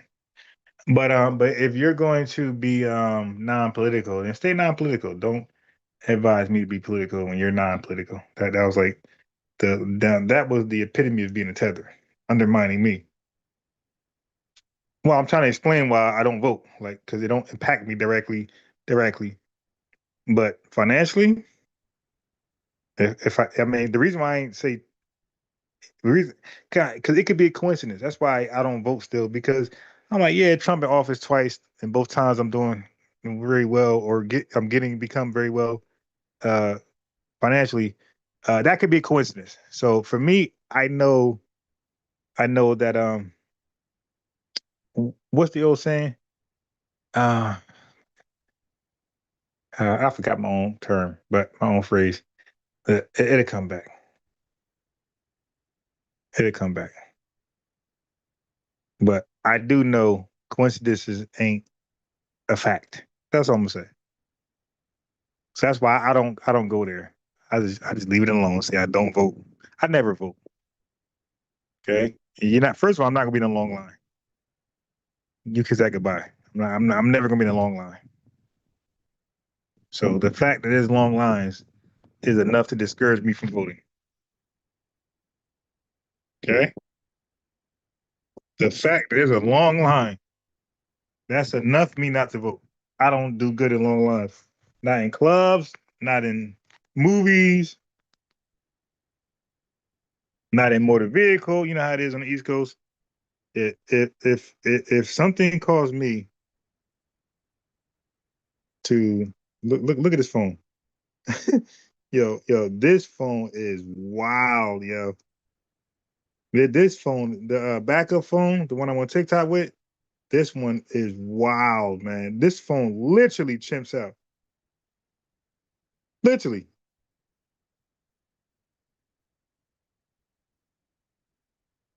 I mean, it really just does what it want to do. So it made me start all over on TikTok. The the TikTok phone, it literally just goes crazy. Open up apps, different stuff, close apps. Yeah, this phone is crazy. But what I want some, and you see, I was very respectful with the guy who was from Africa. He said he was from what, Guinea? I wasn't tripping on him being from Guinea. I didn't call him a tether or xenophobic or divisive, or I didn't do nothing like that. I talked to him like a grown man, like he has a clean slate, right? So folks shouldn't be scary to call in and invite themselves up. So let me put the YouTube link in YouTube. Maybe somebody got some confidence, they'll call in on YouTube. Cause TikTok, yeah, y'all let me down. Cause I told my family on YouTube. I said, yo, the TikTokers, yo, they be pulling up, bro. I said, TikTokers, they don't give a damn. They don't care who I am. They gonna pull up and talk to me anyway. Well, it seems like they must have got the message. Okay. It seems like TikTokers got the message. Right? They found out who I am and they said, nah, we ain't calling in. He be doing too much. He know too much. It's looking like TikTokers got the FBA message about me. They got the FBA drop. Like, nah, no, nah. Don't try that guy. Try anybody but him. Okay. Anyway, let me finish the discussion.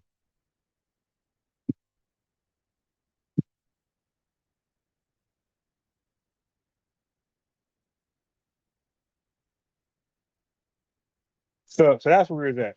Now I'm different than Marquette. This ain't in the center.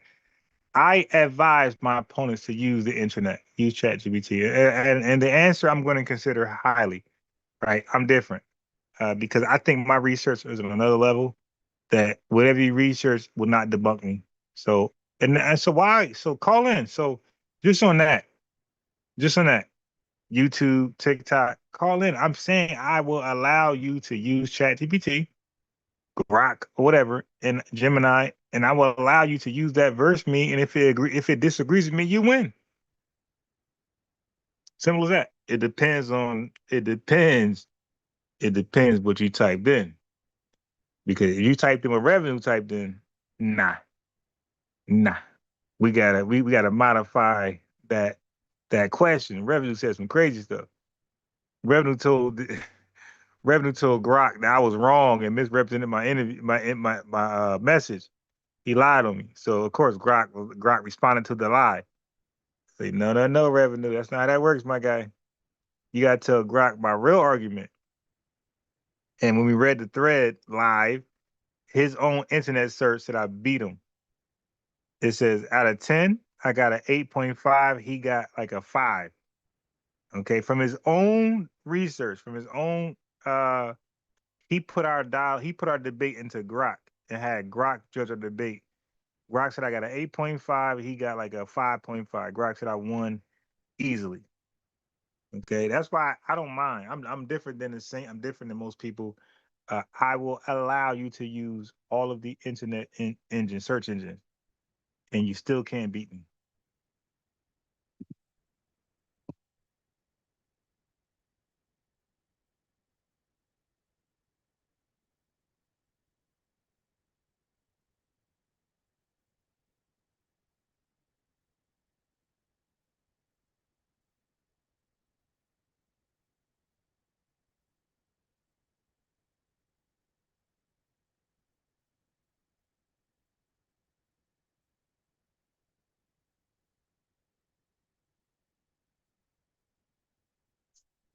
Justin, family, Justin, I gotta play this first.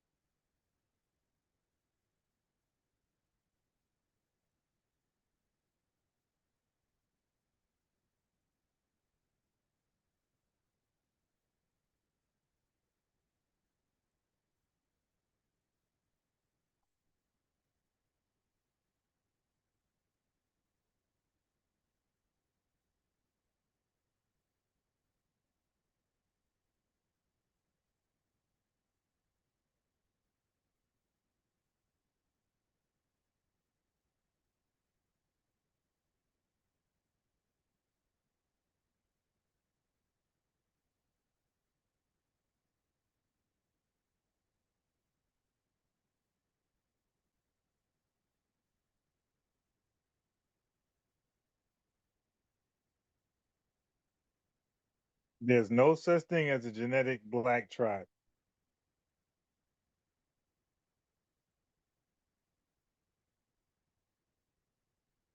Oh, y'all can't hear it. My bad, YouTube.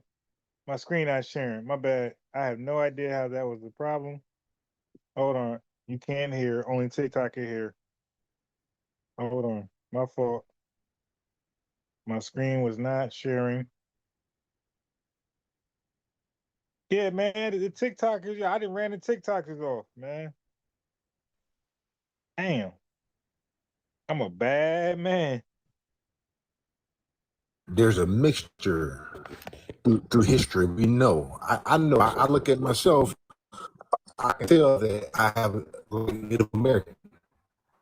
My grandfather, he was jet black, but he told me his great grandmother was jet black, but she was Native American. Right. She had long silky hair. There's a lot of them. Right. Okay. But You're proving my point. You're proving my point. But she was Native American. Right.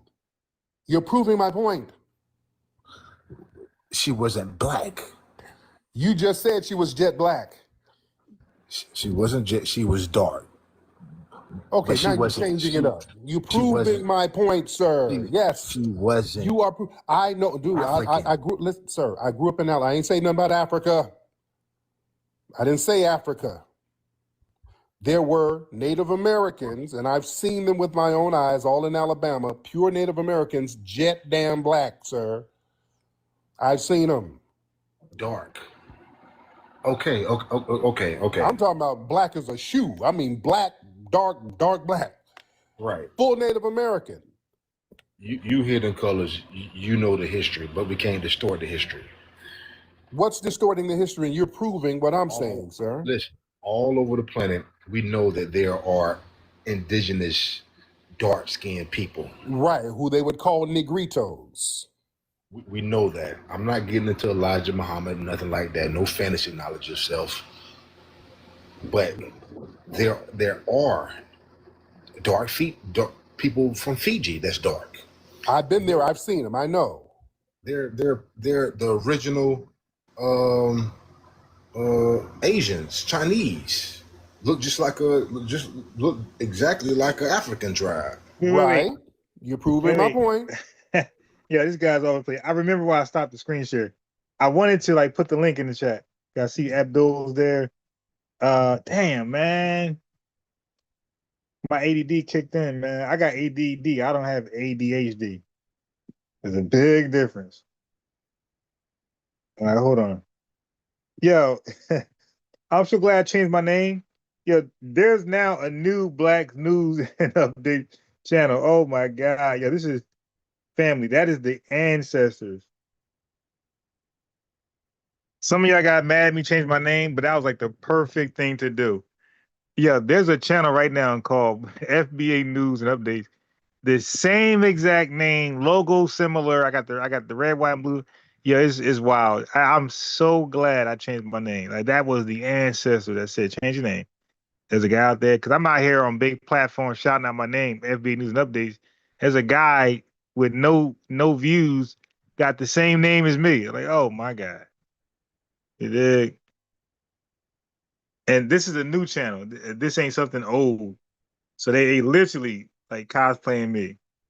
Like I'm kind of I'm kind of like I'm kind of yeah I'm feeling like good because I don't have the thousands and thousands of views and people feel like they gotta cosplay me on this level. Like damn, I only got 24 people live right now.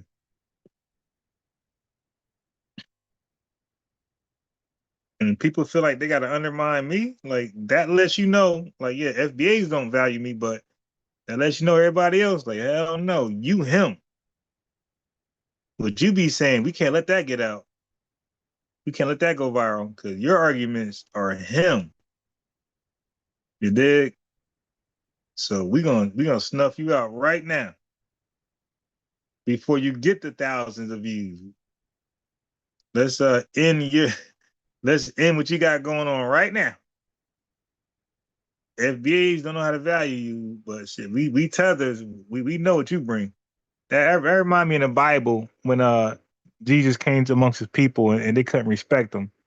They disrespected him. But the legions, anybody know the Bible well, you know the legions that came to Jesus, like, oh my God, Son of Man, are you here to destroy us before our appointed time? So you got demons, legions, who identify who Jesus was as the Son of Man, right? Meaning that he's him. But his own people, his own bloodlines, his lineage, failed to realize who he was. That's kind of like how I'm feeling. I'm feeling like that energy is over here. I got hella teachings, hella messages, hella perspectives that's like way different than everybody else's. Can't lose in the debate, cooking everybody, make everybody look easy work. And for some reason, FBAs are champing out at the things they don't agree with me on. So all the thousands of things they agree with is nothing because the one thing they disagree with, the thousand things they do agree with, is now invaluable. That's literally chimping out. That logic makes no sense.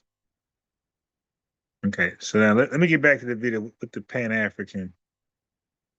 And Pan-Africans know not to call up here. As you can see, look at the TikTok guy who called in. He went talking and talking and talking and talking and talking. It's like, yo, so you don't want me to say nothing? You just want me just to listen? Just say that. Just say, hey, let me get 2 minutes. You get 2 minutes. See right now. But for those who want to join right now, if you don't want any rebuttal, you don't want any insight from me, nothing like that, and you just want 2 minutes. Now, if you lying, I gotta correct the lie. But if you just want 2 minutes just to rant, go ahead. Okay, invite yourself up and just say that. You can rant. But if you're blatantly lying about the lineage, no, I can't let that lie go on my channel. I gotta correct that. You dig? All right, let me get back to the video of the Pan-African.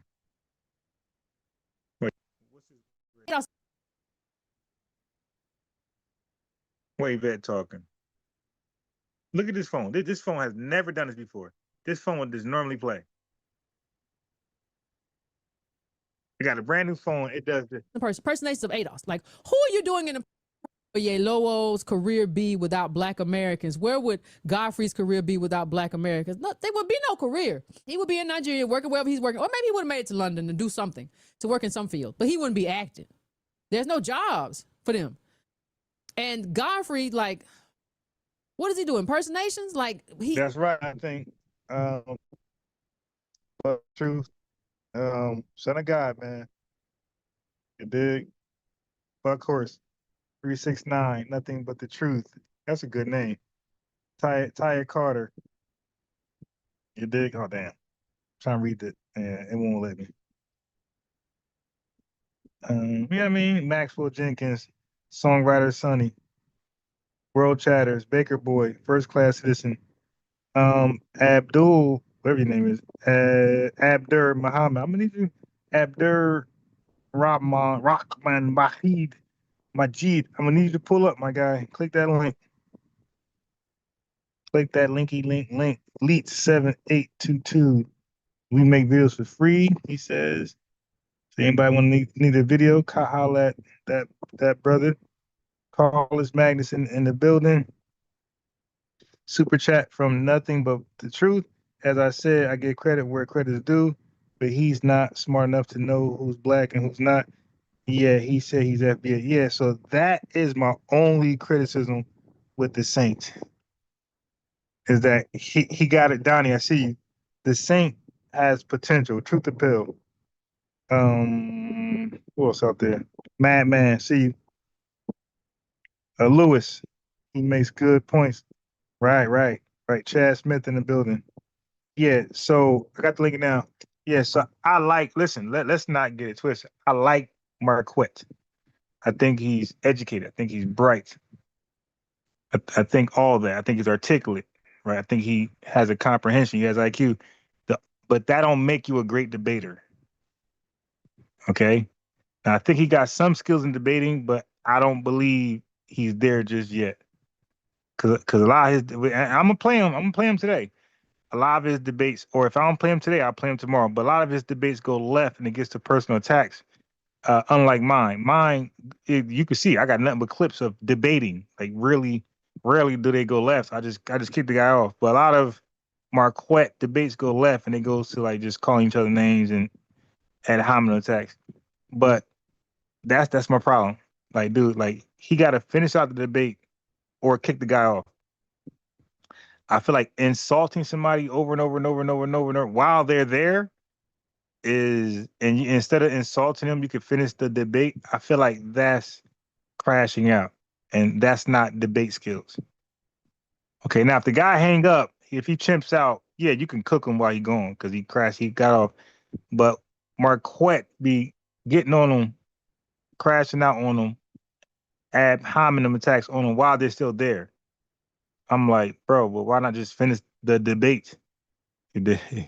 Like for me, and it'd be Marquette crashing out. It don't be the debate guy. For me, I want to continue the debate. It'd be my opponents realize they're no match. I don't got to say they're no match. I don't got to convince people. My opponent know they're no match. This is why they won't stop talking and interact with me. You feel me? So that's the difference. I think he's bright, he's educated. I think he got hella potential.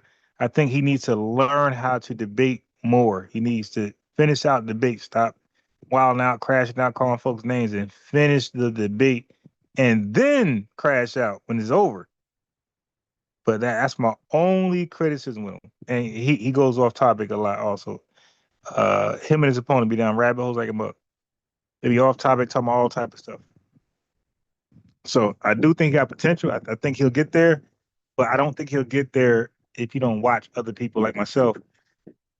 I believe if he just focuses on himself and don't watch other debates, he won't get there. Well, it'll take forever. And he does ADOS impersonations of ADOS. Like, who are you doing an impersonation of? He's never done an impersonation of a Nigerian. It's always ADOS. The both of y'all, Godfrey would be, I think he would be a physical trainer in the gym. were it not for ADOS. Like David Oyelowo, he would probably work in a bank, right? He would probably be working in a bank, and not as a big time banker, but as like, you know, when you walk in, the teller. Yeah, ain't nothing wrong with that. I don't diminish tellers, but that's who he would be. That's his level. Godfrey would be the personal trainer in the gym. Yeah, push, one more rep, one more rep. Yeah, you got it. Yeah, that would be him. They wouldn't have these careers, and they're so ungrateful.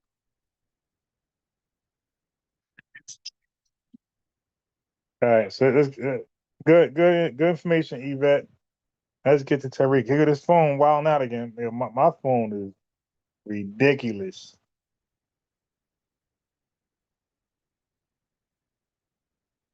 Yeah, Godfrey is not an intellectual. He's not pro-black. Somebody put in the comments, Godfrey claims to be intellectual and pro-black, but is constantly using SMD when he gets challenged. Godfrey, whoever thinks Godfrey's an intellectual, we know you're remedial. Nobody in their right mind would think Godfrey's an intellectual. Just because he's articulate and speak clearly, just because somebody speaks clearly doesn't mean they're an intellectual. Okay, it's the substance of what you're saying, right? He don't be saying nothing. Right? What did Godfrey be saying? Look at this damn phone, man. Oh, I got a brand new phone that bugs out, and I got a old phone that bugs out. Just can't win, man. A brand new phone, literally a couple days old, that bugs out, and I got an old phone that bugs out. Can't win. So I'm trying to get the old phone to get me back on TikTok so I can get the folks on, and this phone just is bugging. I know I ain't see tornado watch in Jersey. Oh my God. Oh, let me see this. Let me read that. Okay, I could have sworn I seen tornado watch in Jersey. Oh my God.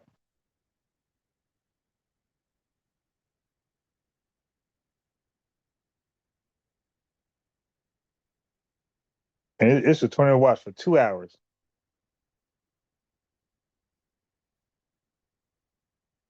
We got a tornado watch in Jersey. You know that's crazy.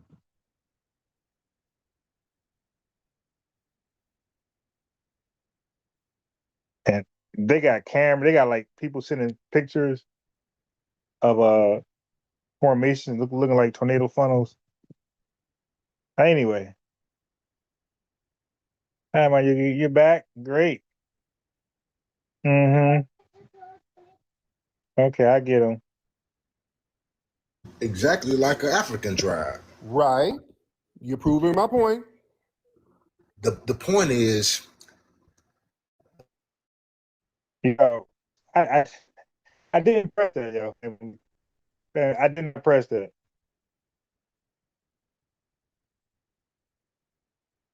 exactly like an African tribe. Right. You're proving my point. The point is, those are over time, those are different people. So they had an ethnogenesis. And explain that ethnogenesis to me. What you just said, over time, they become different people. That's what an ethnogenesis is. Right? He's right. You ready? Mr. Oru? I don't know. He must be Googling someone. I think he's Googling what ethnogenesis means. Yeah. He put me on hold. He's on hold. He's Googling. I'm right here. Did you Google ethnogenesis? No, I didn't yet because I don't want to put you on hold.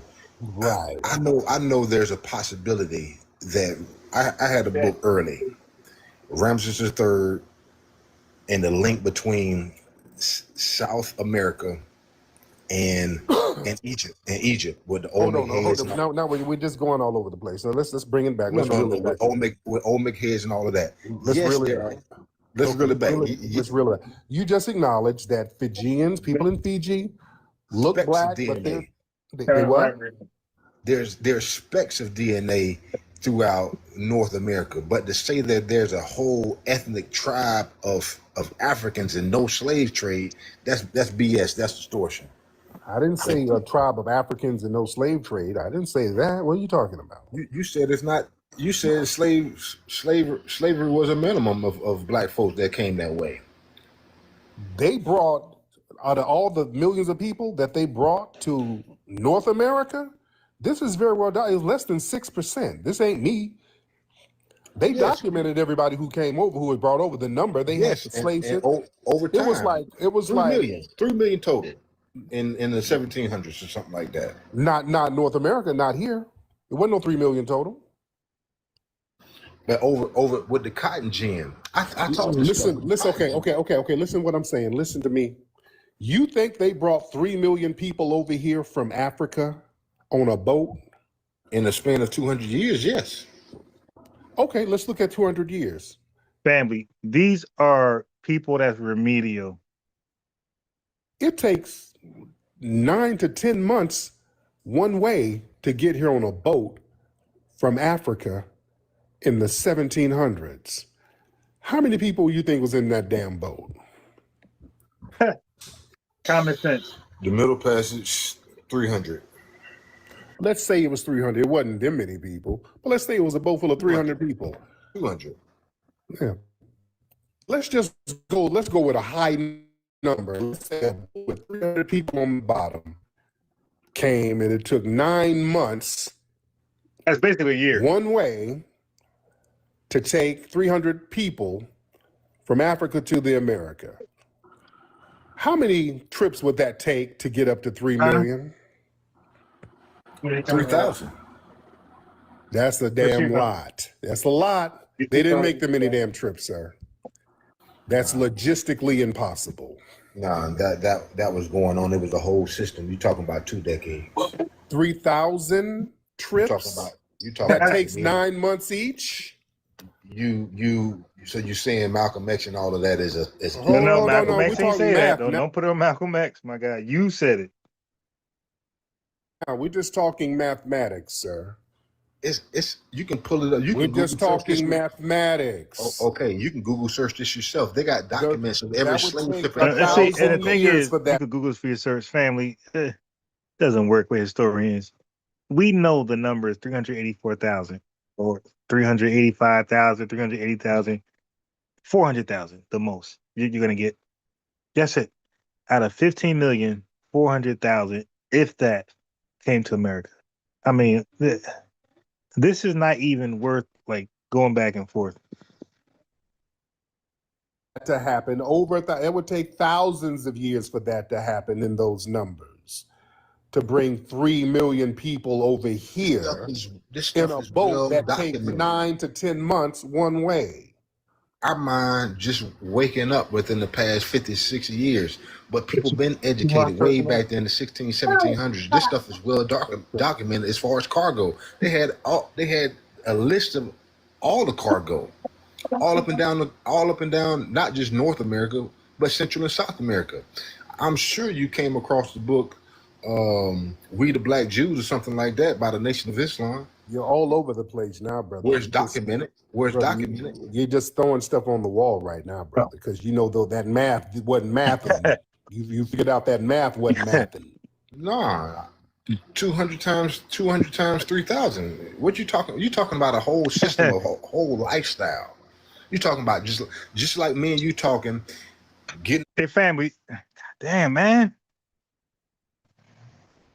There's only my TikTok phone. I don't know how is it possible, family, but the entire phone is touchscreen. The back, the front, the side, the top, the bottom. The whole screen is touchscreen. It keep disconnecting me. It keep disconnecting me. What's that? It's active. Put it back in there.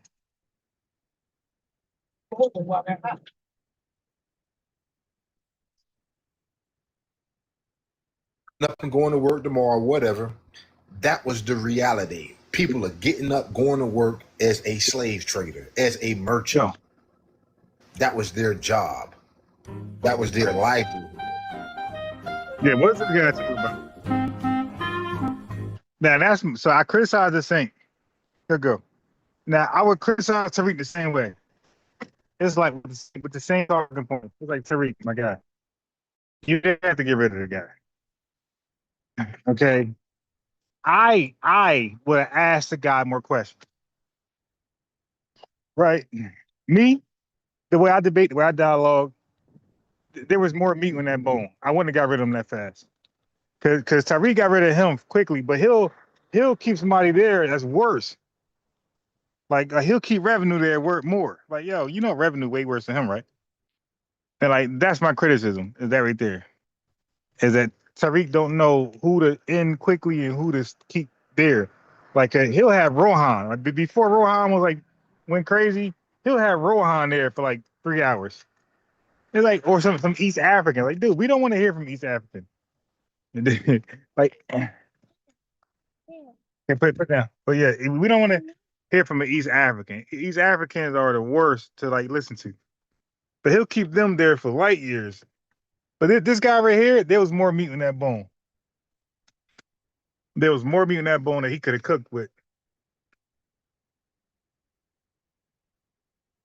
Yeah, that's my criticism with the big brothers. Like he'll know who to keep on, who to dismiss a lot of times.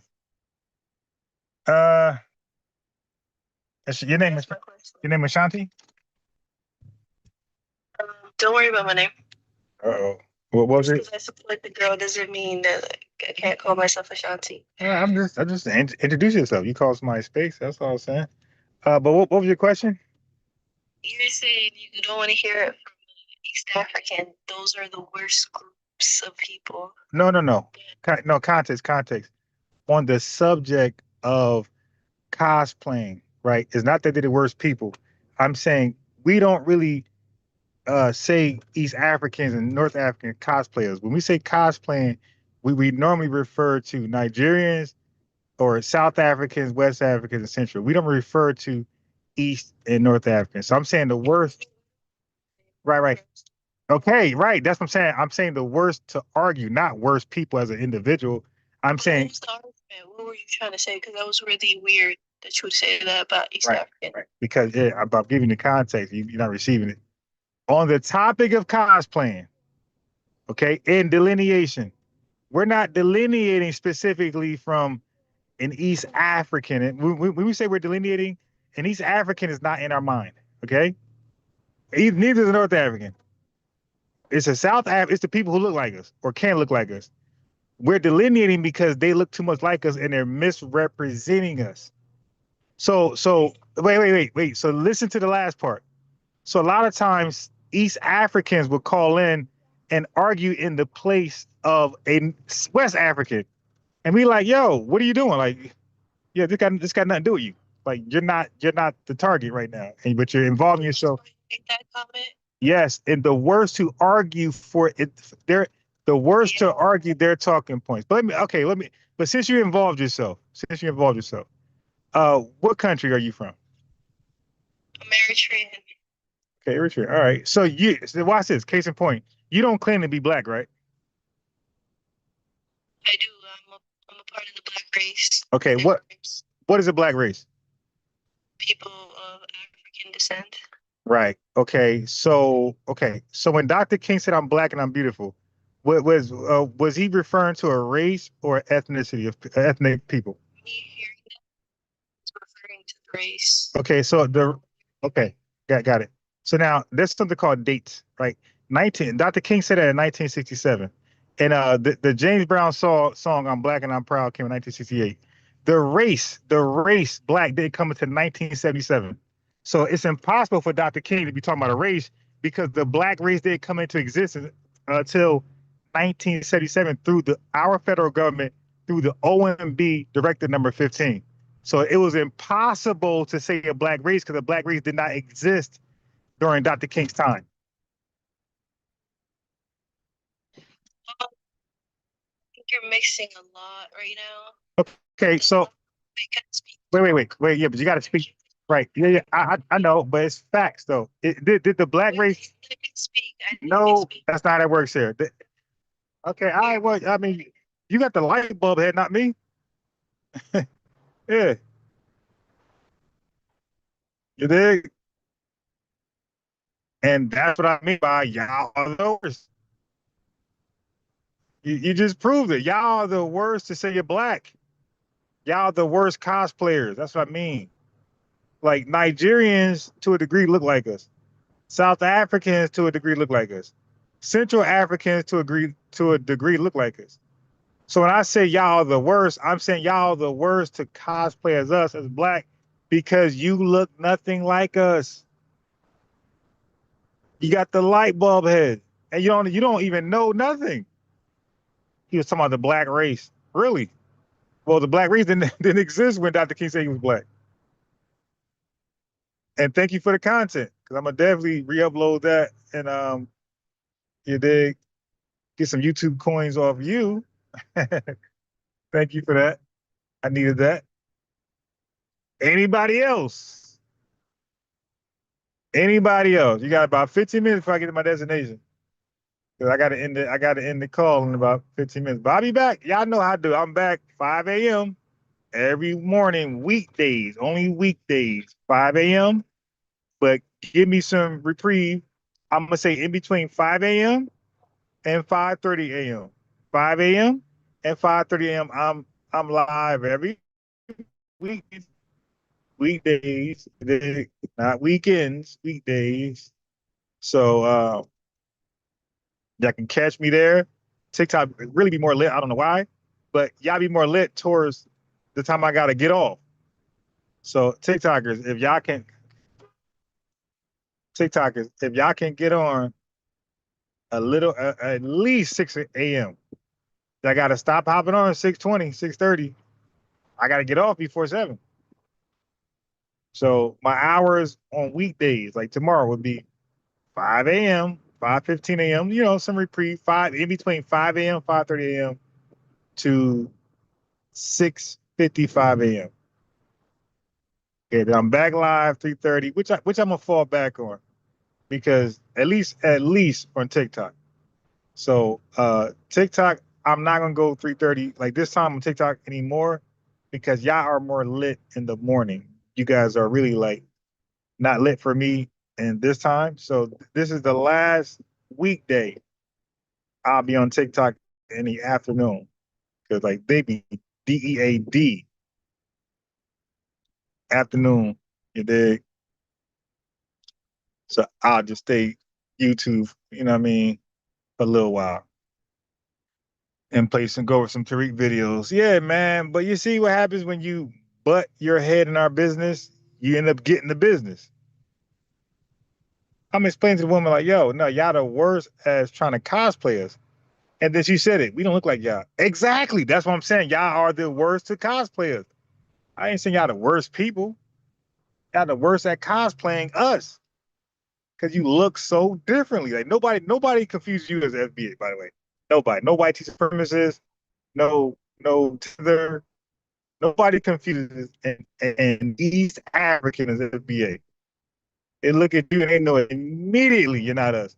Because you look two different ways. You either got a big head or a small head. You look like Beetlejuice or you look like a mask. Both masks. Jim Carrey and the one with Rocky Dennis. You dig? Yeah, y'all either look like Beetlejuice with the head or you look like Mask. Both. Rocky Dennis, a true story, and Jim Carrey. So nobody confuses y'all as us. Nobody. Like I know immediately when I see a folk and he's African, I know exactly because the head be little as hell. Like we call those heads when I was in high school, we called them Sherman heads. When you got a little head like that, we say you got a Sherman head. Big. And we got Sherm from the West Coast from watching South Central with OG Bobby. Big. Yeah, so y'all either got a light bulb, huge Rocky Dennis, the mask head, Jim Carrey, or you got a Sherm head, Beetlejuice type of head. Or and that little ugly thing, that little Beetlejuice guy, little from Howard Stern.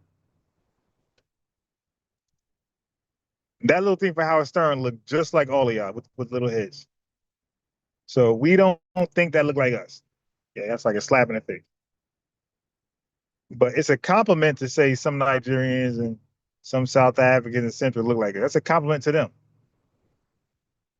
But East and North, well, I'm focused on East right now. East, y'all look nothing, zero, zero. Nobody's confused. Nobody confuses you with an FBA. And now East Africans are cosplaying as black. Usually that's something that they don't do. Somalians, Sudanese, they normally say they're not black.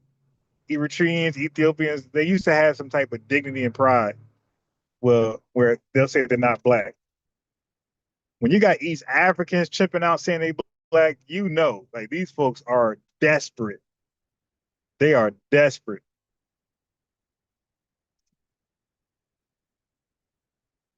So I'm gonna play the rest of that Tariq Nasheed video in the morning. I decided to play it in the morning.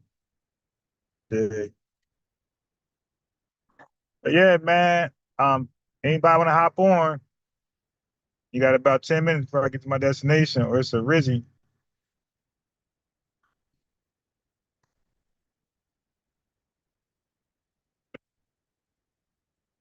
Hey, yo, but all people can do from Africa is really chimp out. Like they don't have it in them to have a mature conversation. I asked her, hey, Dr. King, when he said he was black and beautiful, was he racially speaking or ethnically speaking? Well, racially speaking, really. Well, he wasn't. Well, yeah, you're wrong. No, there's something called dates, man. I gave you the date when black federally became a race. It was with our government, not Africa's government, not the UK, not Canada. You dig? Our government federally changed black, well, federally recognized, it ain't changed, but federally recognized black as an ethnic, as a racial group and not an ethnic group, disrespecting us because we only use it as an ethnic group. But our undermining government, taking a page from Walter Plecker's book, Paper Genocide, and said, we're going to do it again. That Jay-Z song, we're going to do it again. We're going to we paper genocided the indigenous. Now we're going to paper genocide the natives. And they did. We are in the act of being paper genocided right now and don't know it. That's why I asked the Eritrean woman, like, yo, how are you black? Oh, race. What's the race? People of African ancestry. Oh, okay.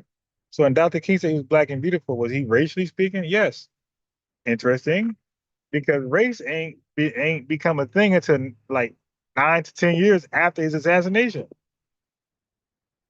Instead of like just saying, oh, okay, I didn't know that, she chimps out and just cusses me out. I don't know why. Well, I guess no, I do know why. I do know why they try to look. Because I've been on FBA spaces where they were just goofy as a tether. They knew nothing. I mean, it's like cringe worthy. I be hearing these tethers coming to FBA spaces, cooking FBA with silly talking points like her. I'm like, man, why don't these guys humble themselves and come tap in with the real one? You dig? The champ is here. Don't. The champ, like they know the champ is here.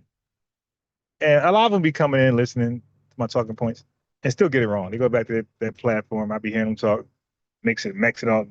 Exonym is when insiders name themselves, and the endonym is when outsiders. I'm like, oh my God, how you messed that up? It's the opposite. Oh my God, it's the opposite. It's not what she said. Don't believe her. Okay, here this guy coming back up. God. Yeah, what's up, man? What's that? It's not something really that my job. Okay, what was it? What? What is it? I'm saying I was doing something, that's why I dropped. I had to drop. I had to go do something. Wait. So before you say one thing, there was Rico. You there, Rico? Yeah, I just came up to say you only got two people here. You're talking to yourself. Just give it up, bro. Rico, Something new. Rico, Fucking line sucks. okay, all right. Well, listen, this is re-uploaded on YouTube. I'm on YouTube Live too, my guy. And see DR Love. That's when I just said my afternoon TikTok Live suck. I said it first. I said my mornings be lit. My afternoons suck. I said I'm gonna start my live take my afternoon. That don't bother me. But I'm also YouTube Live though. It's funny because wait, hold on. Wait, love.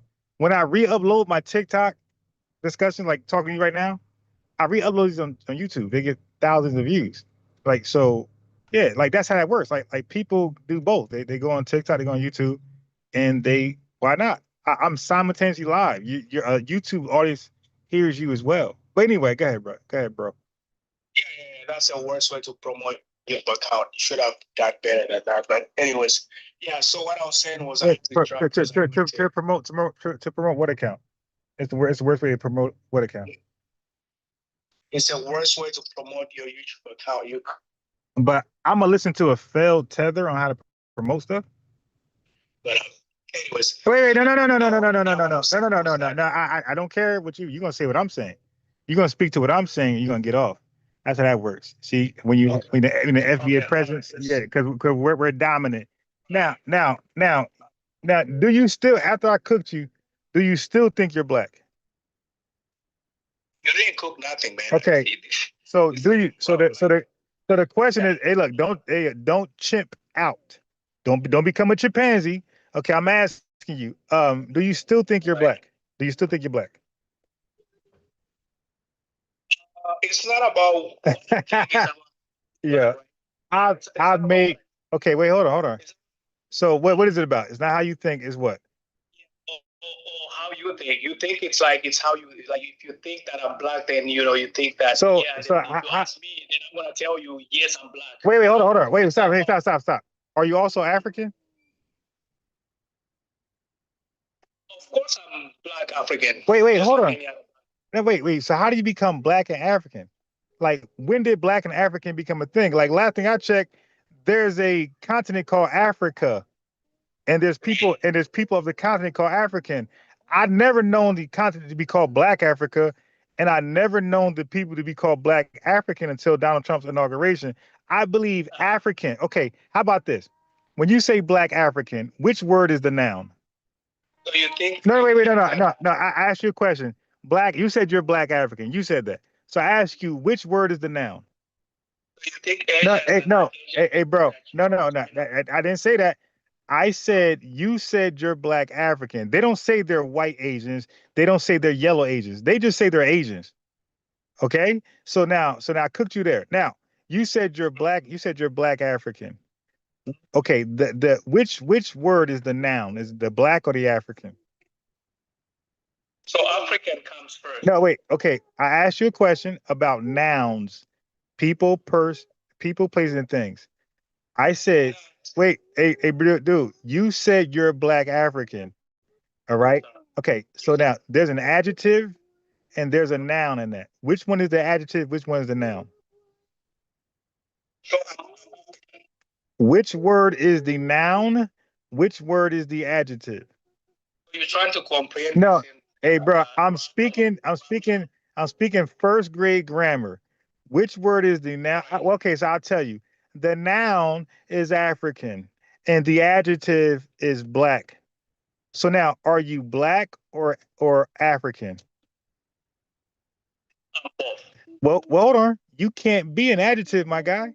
An adjective describe. Wait, no. Listen so you can learn proper grammar, English grammar. An adjective describes a noun, like a red car. The car, look. The red isn't the car. The red, so you don't drive the red. You don't put keys in the red. You don't buy the red. You buy the car. The car is the noun. The color just describes the color. The redness describes the color of the noun. So when you say Black African, the black is a color like the red. It describes what type of African you are. So you're saying you're a dark-skinned African, meaning that there's another type of African, right? Okay. So now, when we say we're blacks, okay, Do we use black as an adjective or a noun in America? Foundational Black American. Use it as an adjective. Okay, so why is it capitalized then, sir? Why is Black History capitalized? Wait, no. Listen, I want you to catch it. Only proper now. Wait, wait. Hey, bro, you got wait. Let me mute you real fast. You got to listen to grammar, bro. You're being educated by FBA. Proper nouns got to be capitalized, right? Adjectives are colors. They're not capitalized in American English, or I think even UK. Okay, so hold on. Wait. You got listen. I'm trying to share something with you, so you're gonna make the same mistake with somebody else. Proper nouns are cities, names of banks, names of people, like last names and first names. In American English, all proper nouns are capitalized. No adjectives are capitalized. You just said we use black as an adjective. Black history, my guy, is capitalized. So why is the black in history capitalized if it's an adjective? No adjective is capitalized in American English, in American English grammar. Explain why the black is capitalized and it's an adjective. So I don't know. Right. You know why you don't know? Because you don't know American English grammar. You're speaking it, but you don't understand what you're saying. Now you're talking to a guy who studies linguistics, study grammar, and things like that. So Black America in our country, we don't say we're Black Africans. We don't say we're Black Haitians. We don't say we're the Black Republic. We say we're we're just blacks. Okay. So the black when we use black, when we use black, we just say we're the blacks. We use a black as the noun, the thing. So look. When you say you're Black African, you use African as the thing you are, and black just describes the thing you are. In America, when we say we're black, we are saying we are the thing black. Does that make sense? I mean, yeah, you said a lot of stuff that does not making any sense, but okay. Yeah, go ahead. I'm listening. Okay. Sir, brother. Not brother, other. You ain't my brother. But listen, if you can't understand American English grammar, then you don't deserve to talk to an educated, real, authentic Black man. So, man, have a good one. You're not educated. Okay. I know. You didn't know what an adjective was. You didn't know what a proper noun was. Okay, so that's all, my guy. I got enough content from you. Nothing more, nothing less. I got enough. I got enough for a little clip. All right, family, you dig? I'm at my destination. I took his call. I've been here, but now I gotta, do what I gotta do when I gotta do what I gotta do. So, 5 a.m. in between 5:30, 5 a.m. tomorrow morning. Catch me live. I'm live every 5 a.m., 5:30. In between those hours, that time, not hours, that time, that time frame, 5 o'clock, 5:30. Tune in. It'd be more lit. Like these guys that come on in the afternoon. Oh, you're talking to two people. I'm actually talking to more, and this is going to be a re-upload. Thanks for calling in. And I'm going to use your clip as a re-upload. And I'm going to have more than two people watch that seconds of clip you just did, my guy. You need to check my clips. My clips are in the thousands. Okay, I have a whole YouTube channel where I just do clips, and every last clip is in the thousands. All right?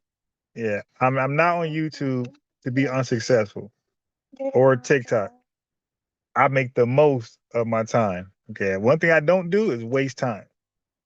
Even right now, I'm about to hang up and do something else that's going to be time worthy, and you'll see, family. Anyway, TikTok, catch me outside at 5 a.m. tomorrow morning, in between 5 a.m. 5:30. You don't want to miss it. It's lit. It's lit. People be deep. 25, 30, 40 people be deep on TikTok in the morning. And so my TikTok name is FBA News and Updates, but my YouTube name is Blacks, BLAX, News and Facts. I'm your host. I'm your historian. I'm your linguist. I'm your grammar teacher. You dig? I'm him. You dig? Like what else? You want science, chemistry, evolution, Big Bang? Like what religion? You want to talk? You want to talk religion? You want to talk history? Like I just do a lot. I just do a lot. You know what I mean? And that's why I say I'm him. I cover a lot. Cover politics. What's up? Like I just cover a lot, and it's all on the wing. You want to hear my horn? That's my horn. I'm in the car, park, about to go in. So it's all on the wing. I don't be Googling, but I advise you to Google because you stand no chance without Google versus me. You dig? And that's just a fact. That's not no ego. No, none of y'all do it. And your best mans can't do nothing with me either. If you can't get nobody, I'm gonna get your big homie. And dig, invite them over. I want the best. I don't want no simple chimping out tether. All right? Or it's emotional wrong FBA. I want somebody who actually know what they're talking about. And I want to correct Marquette on calling foreigners black. As you can see, he couldn't even explain how he's black. Yeah, when you look up Africa, family, anybody can just Google Africa. It's not gonna say Black Africa. Anybody Google Africans or African, it won't say Black African. Okay, this is something they're adding there to attach themselves to us. It's a failed, miserable, disgusting attempt to cosplay. You gotta have more dignity. Where's your black? And hey, look, you know what's funny? I was gonna be like, yeah, nah, you're gonna see. I'm gonna allow these folks to call themselves black this entire week because you're gonna see what I got for them. All right, you're gonna see what I got because if you black, you should know Black history, right? All right, okay. So we are going to see. We're gonna see how much Black history they know because they're black. All right, okay, cool. Cool. My FBA family in the TikTok. FBA family, yeah. So a lot of them do that. Oh, it's only 2 people. Oh, not really. A little more than 2 people. And but the re-upload is where the views are at. But family, I'm out. Damn, it's 7:30 already. Yeah, this time be going, yo. Hey, man, peace to the family. We love you. Black Americans first, Black Americans only. We're the only. No, I ain't gonna say we the only blacks because I'm gonna allow them to say they're black this week, just so I can call them more Black history. I'm gonna ask them who certain people is. I'm like, how you black? You don't know? This is gonna be hilarious. All right, family, this is gonna be funny. And I'm gonna say black power to all of them. I'm gonna make all of them say black. If you black, you gotta say black power back. Yo.